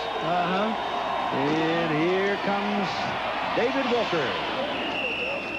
And David will pick up about 7 yards on the carry. And I think the Syracuse team, though, is a team that's going to find a place in the postseason because they've got East Carolina, Pittsburgh, and Rutgers are on the road, with East Carolina, Temple, Boston College, West Virginia at home, and the last 3 are in the Carrier Dome. Oh, yeah, there's no question that this is a good team. They just ran into a team of Florida State that's, well, nobody's slowed them down yet. I don't know if anybody can. I don't either. There's your option pitch to Walker. First down as David spins it up across the 40 to the 42. Walker on the carry. Walker is the leading rusher for Syracuse. Here are some all-time rushing leaders, all who attended Syracuse University. It's just a shame that Big Ernie Davis, we lost him so young in life. What he might have done, huh? Yep. Great player. At the 42. 39-14 ball game. Florida State in control. Graves back, dumps it off. Is that lateral? No, they're waving it off as an incomplete forward pass. It was close, though. David Walker was looking to see how many those garnet-colored folks were coming down the road, and he looked and he said, "Help!" Wham. Bowden is the second winningest active. We showed you that graphic earlier. In the last 4 years, he's had his team finish in the rankings 4th, 3rd, 3rd, and 2nd. He hopes to change that this year. Never won a national championship.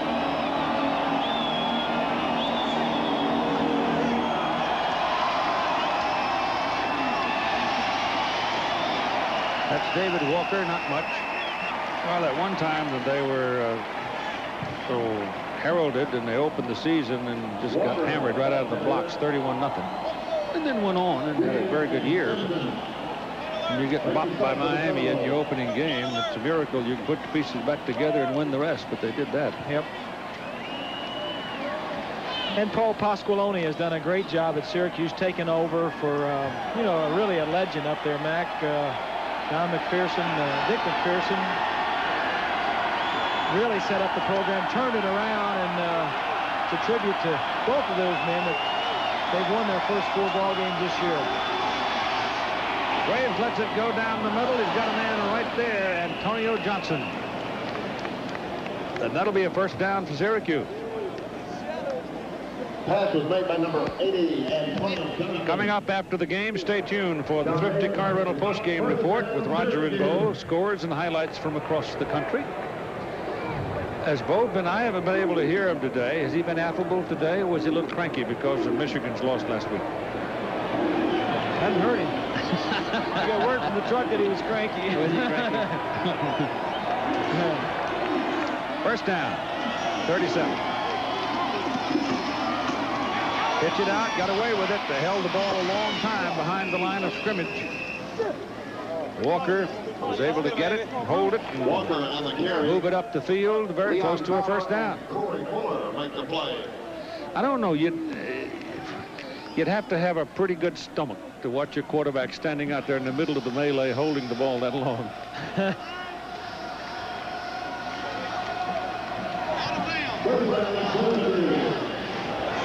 It is a first down. Ball is now on the Florida State 27, so the Orangemen showing some pluck here, marching the ball down the field.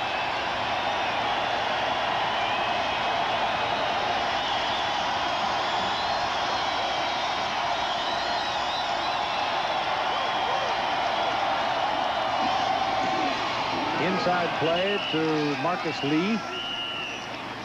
And not much. The 25, maybe. A couple of yards on the carry. Leon Fowler coming out of the secondary. Marvin Jones goes back on the field. Some of the starting unit beginning to drift back out there now. Talking to Bobby Bowden yesterday, he was a little bit concerned that the team would have a letdown, and he said this was the first week in a long time he'd ever remember not practicing the entire week in pads. He thought they were a little beat up coming out of the Michigan game. He didn't know how they were going to react in this game, but it seems like they've done very well. Well, that's how you take care of the freeze option right there. Carl Simpson, number 95, junior from Baxley, Georgia. That's 5 sacks of the Syracuse quarterback.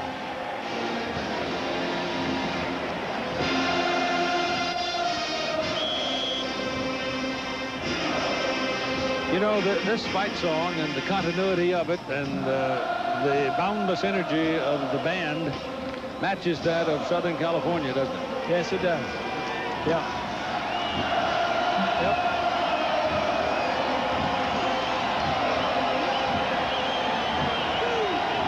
Southern Cal's not playing their song as much as the Seminoles are. Not now, no.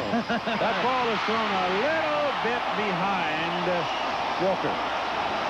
If the ball is in front of David, he may well have scored, but it was just behind him enough for Mac Knight to get involved with it, and Mac almost intercepted it. And it's an incomplete forward pass. Caught it and dropped it about 3 times. So it is 4th down for the Orange and 14. And with the score 39-14 against them, they got to go. From the Florida State 31.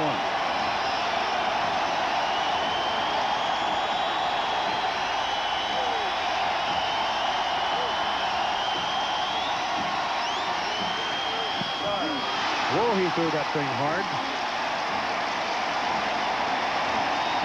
Well, he didn't get it picked off. It was thrown for Antonio Johnson and thrown so hard that Richard Coase just couldn't hold it. So the Seminoles hold and take over.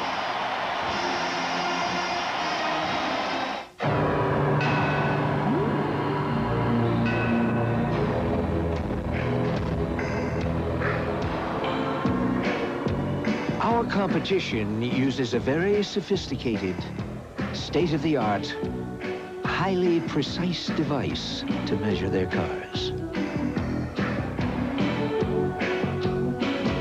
Our car, the Accord from Honda. I have Denorex on this side. As soon as I put Denorex on my hair, I felt like the itch was going away. What does the Denorex tingle tell you? The tingle feels like it's taken away the dandruff. Denorex shampoo and conditioner has strong medicine to fight dandruff and its itch, plus conditioners to leave hair healthy-looking and manageable. The Denorex tingle tells me it works, and I see that it works. I have no dandruff, and I have no itch. Denorex with conditioners, the dandruff shampoo you can feel working.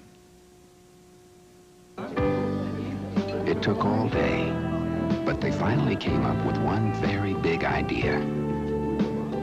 What do you bet they printed on a laser jet from Hewlett-Packard?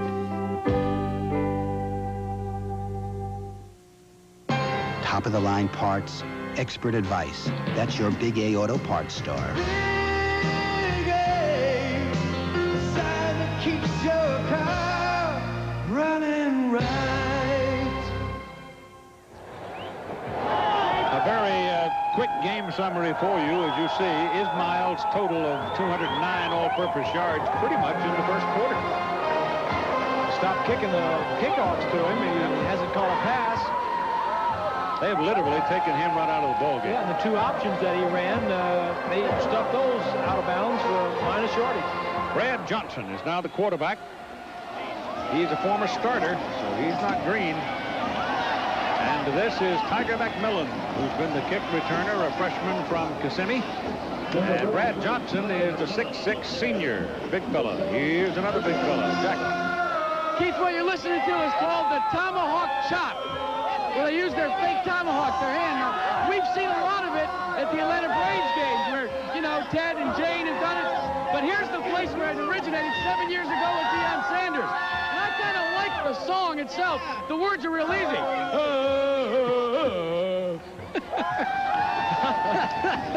Boy, you do that awfully well, Jack. Carrying the ball is Omar Ellison on a reverse, and it doesn't get much. I know a place just outside of Chattanooga who got a pretty good job for a guy like you, Jack. They sell cigars. Oh, boy.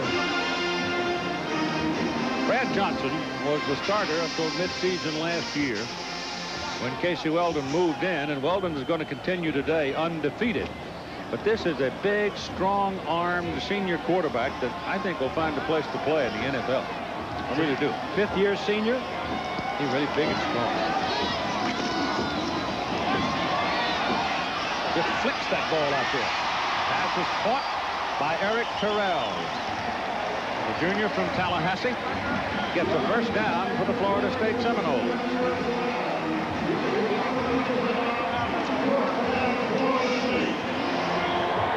Terrell caught that pass last week against the Wolverines of Michigan, diving for it in the end zone.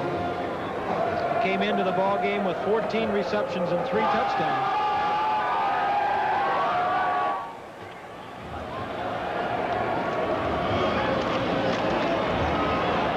Nothing doing for Tiger McMillan that time, just no room for him. Number 50, Kevin Mitchell, is still in there plugging away. Sophomore out of Harrisburg, Pennsylvania. Sophomore. He's got 2 more years, so you'll see 50 around a whole lot.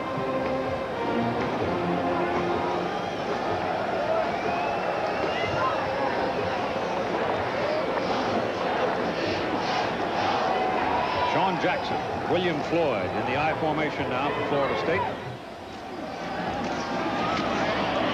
Johnson lets it go.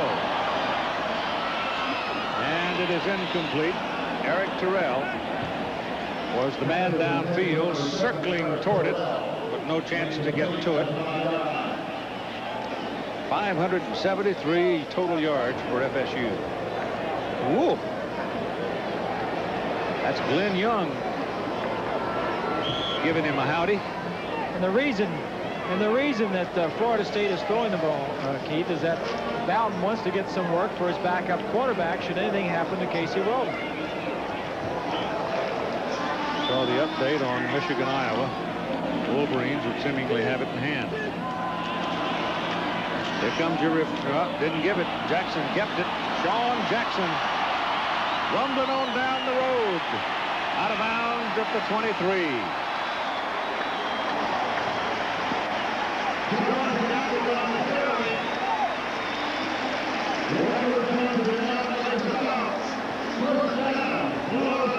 Jackson's a backup running back, but he may end up with over 100 yards here on the afternoon. He's very close to it, I think, now.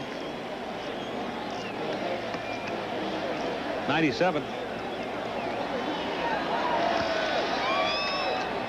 The toughness of Casey Weldon is an impressive thing, though, because he took a real, I mean, they beat on him last week up in Michigan, as you expect they would. And he's been turned upside down a few times here today. Look at that. Tiger McMillan. Kevin Mitchell brings him down inside the 15. Tiger McMillan is the third-team running back, but they have a kid here that they're really high on. He was the freshman player of the year in the United States last year, a kid named Marquette Smith. And they also got the defensive player of the year, a kid named Brooks, Derek Brooks. Their recruiting class was one of the top in the country. These 2 freshmen are going to be outstanding players, and Bowden just continues to bring him in here. Marquette Smith has had a bruise on his arm in the bicep. He just simply can't hold the ball. That pass, a bullet, through the hands of Kevin Knox and incomplete. And UCLA looks like they're, well, it's still close enough, though. 24-17. California undefeated coming into that ball game. 5.5 minutes to play. And as I said earlier, that's a big ball game in the Pac-10 because UCLA and Washington do not play this year. And it was UCLA that derailed the Huskies last year in Seattle with a crippled team. Sean Jackson.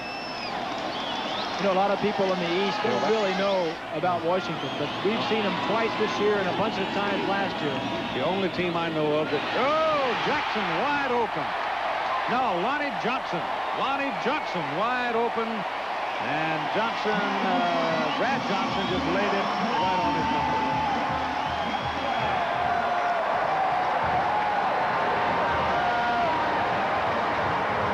It's a two-deep zone. Watch the two safeties. They'll go to the outside. The safeties are going to split. Here's Johnson right here. Watch him go straight down the middle of the field.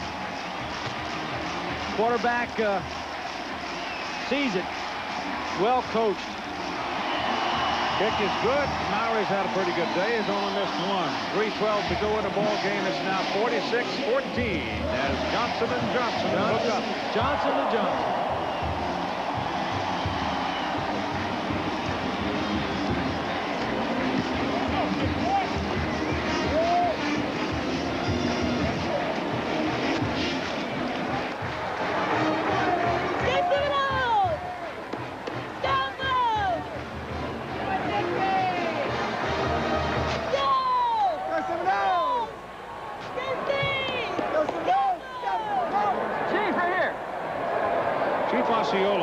Florida State University student.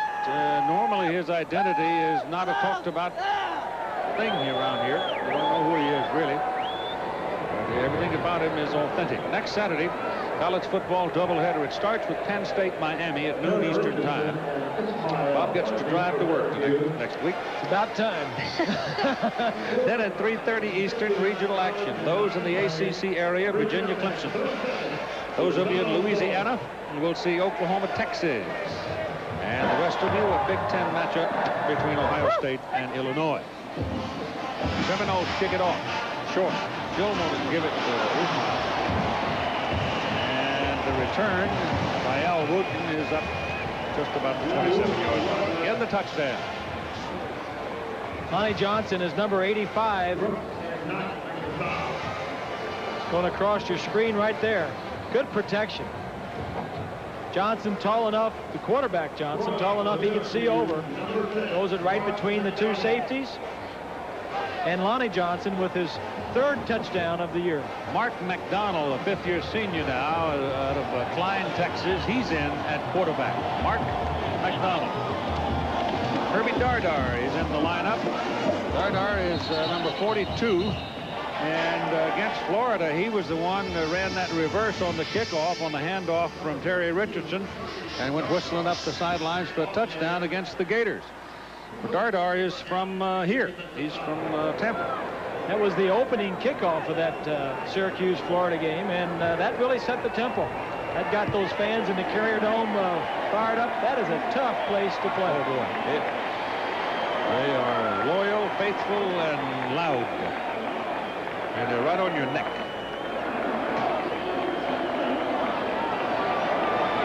So here's the first play for Mark McDonald. Hands it off. Dardar carries, not much. 625 yards today by Florida State, which is the most ever against Syracuse.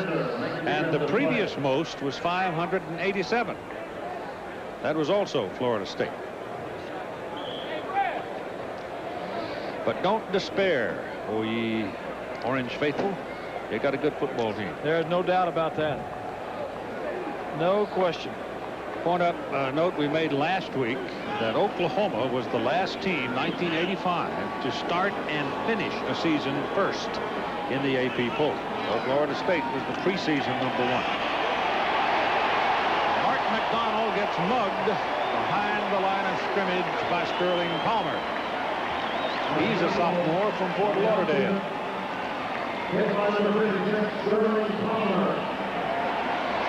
Defense for the Seminoles continues to shine, even though it's their second and third team players. You know, one thing we're talking about Syracuse as Pat O'Neill comes in. Do you realize since 1936, when the National Football League had its first draft, that 163 Syracuse players have been drafted? That's a bunch. Good program.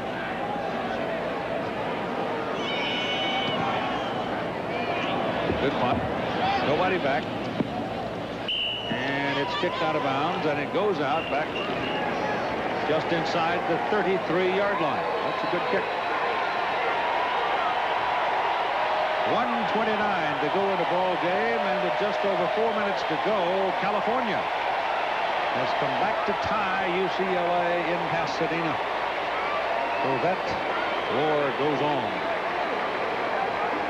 We really haven't seen any gadget or trick plays out of Bowden this week, but I got to laugh at the play that he ran last week, talking about the throw over to the quarterback and then throw back to Casey Weldon.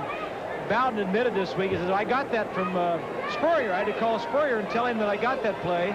But he said, I ran your play, Steve, but I couldn't call it Gator. I had to call it Crocodile. I just couldn't bring myself to call it a Gator, even though he stole it from, you know, imitation is the highest form of flattery. If a coach likes a play, it'll spread around the country. There's nothing new. No. In football, you know that. Nope, that's for sure. 3 jerseys have been retired here at Florida State University. Fred Biletnikoff, Ron Sellers, and Ron Simmons. Remember those names? This is Jason Pierce carrying the ball. Everybody getting to play now for the Seminoles, and it's just a matter of running out the clock. Florida State's posture is #1 in the nation. Almost undoubtedly will go higher than it already is, as they lead 46-14, seem destined to win by at least that. It was a big day for Casey Weldon. 22 out of 37, 347 yards, 3 touchdowns. That's a career high for him.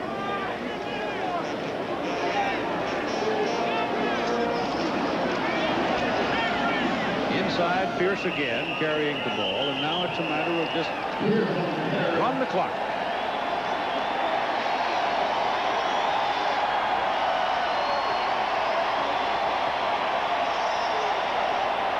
So number 1 has defeated number 10, but number 10 put some scare in them. It was close at halftime. Florida State 46, Syracuse 14.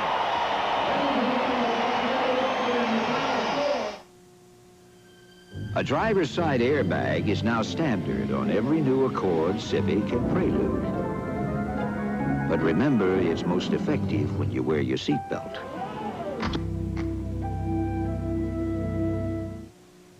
I've made up my mind. I'm gonna do it. Why shouldn't I? I'm the one who has to look at myself in the mirror every morning. So before I lose another hair, I'm going to the doctor. I know doctors have treatment programs that are proven to work. More guys are trying them every day. I'm not bad now, but I wouldn't mind looking better. Your doctor can really do something about hair loss. So see your doctor, or call this toll-free number. With the highest resale value in its class and proven Honda reliability, the Accord is a safe place to put your money. The RCA projection screen is so big, you'll feel like part of the show when you watch the RCA home theater. It also has Dolby surround sound that's so real, stand back, everyone. You'll forget you're sitting at home. Let me handle this. The RCA home theater also has Pix-in-Pix. It lets you watch 2 things at once, in color. Another way RCA is changing entertainment again.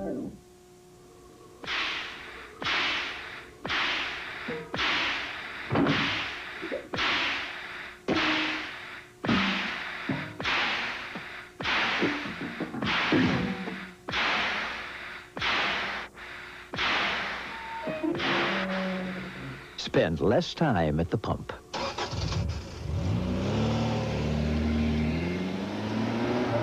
The CRX HF from Honda.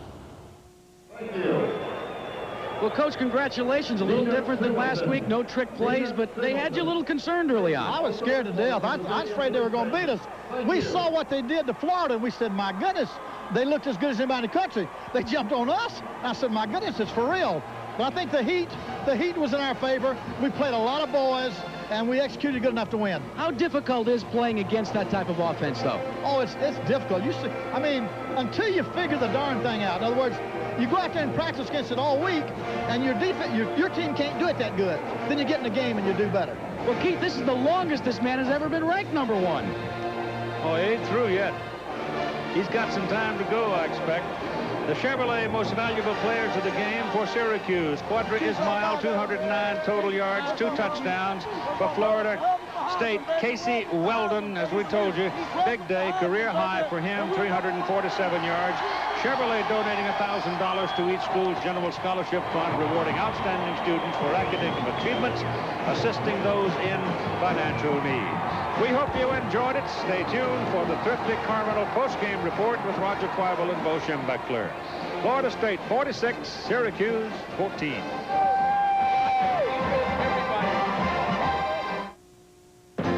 Monday night, NFL powers collide. Jim Kelly leads the undefeated Buffalo Bills into Kansas City to take on the Chiefs on ABC's NFL Monday Night Football. ABC's College Football has been brought to you by Honda, who puts a driver's airbag on every new Accord, Civic, and Prelude and urges you to buckle up. By U.S. Army, learn how to get an edge on life. Be all you can be. By Napa, because there are no unimportant parts. And by AT&T, the right choice. This has been a presentation of ABC Sports, recognized around the world as the leader in sports television.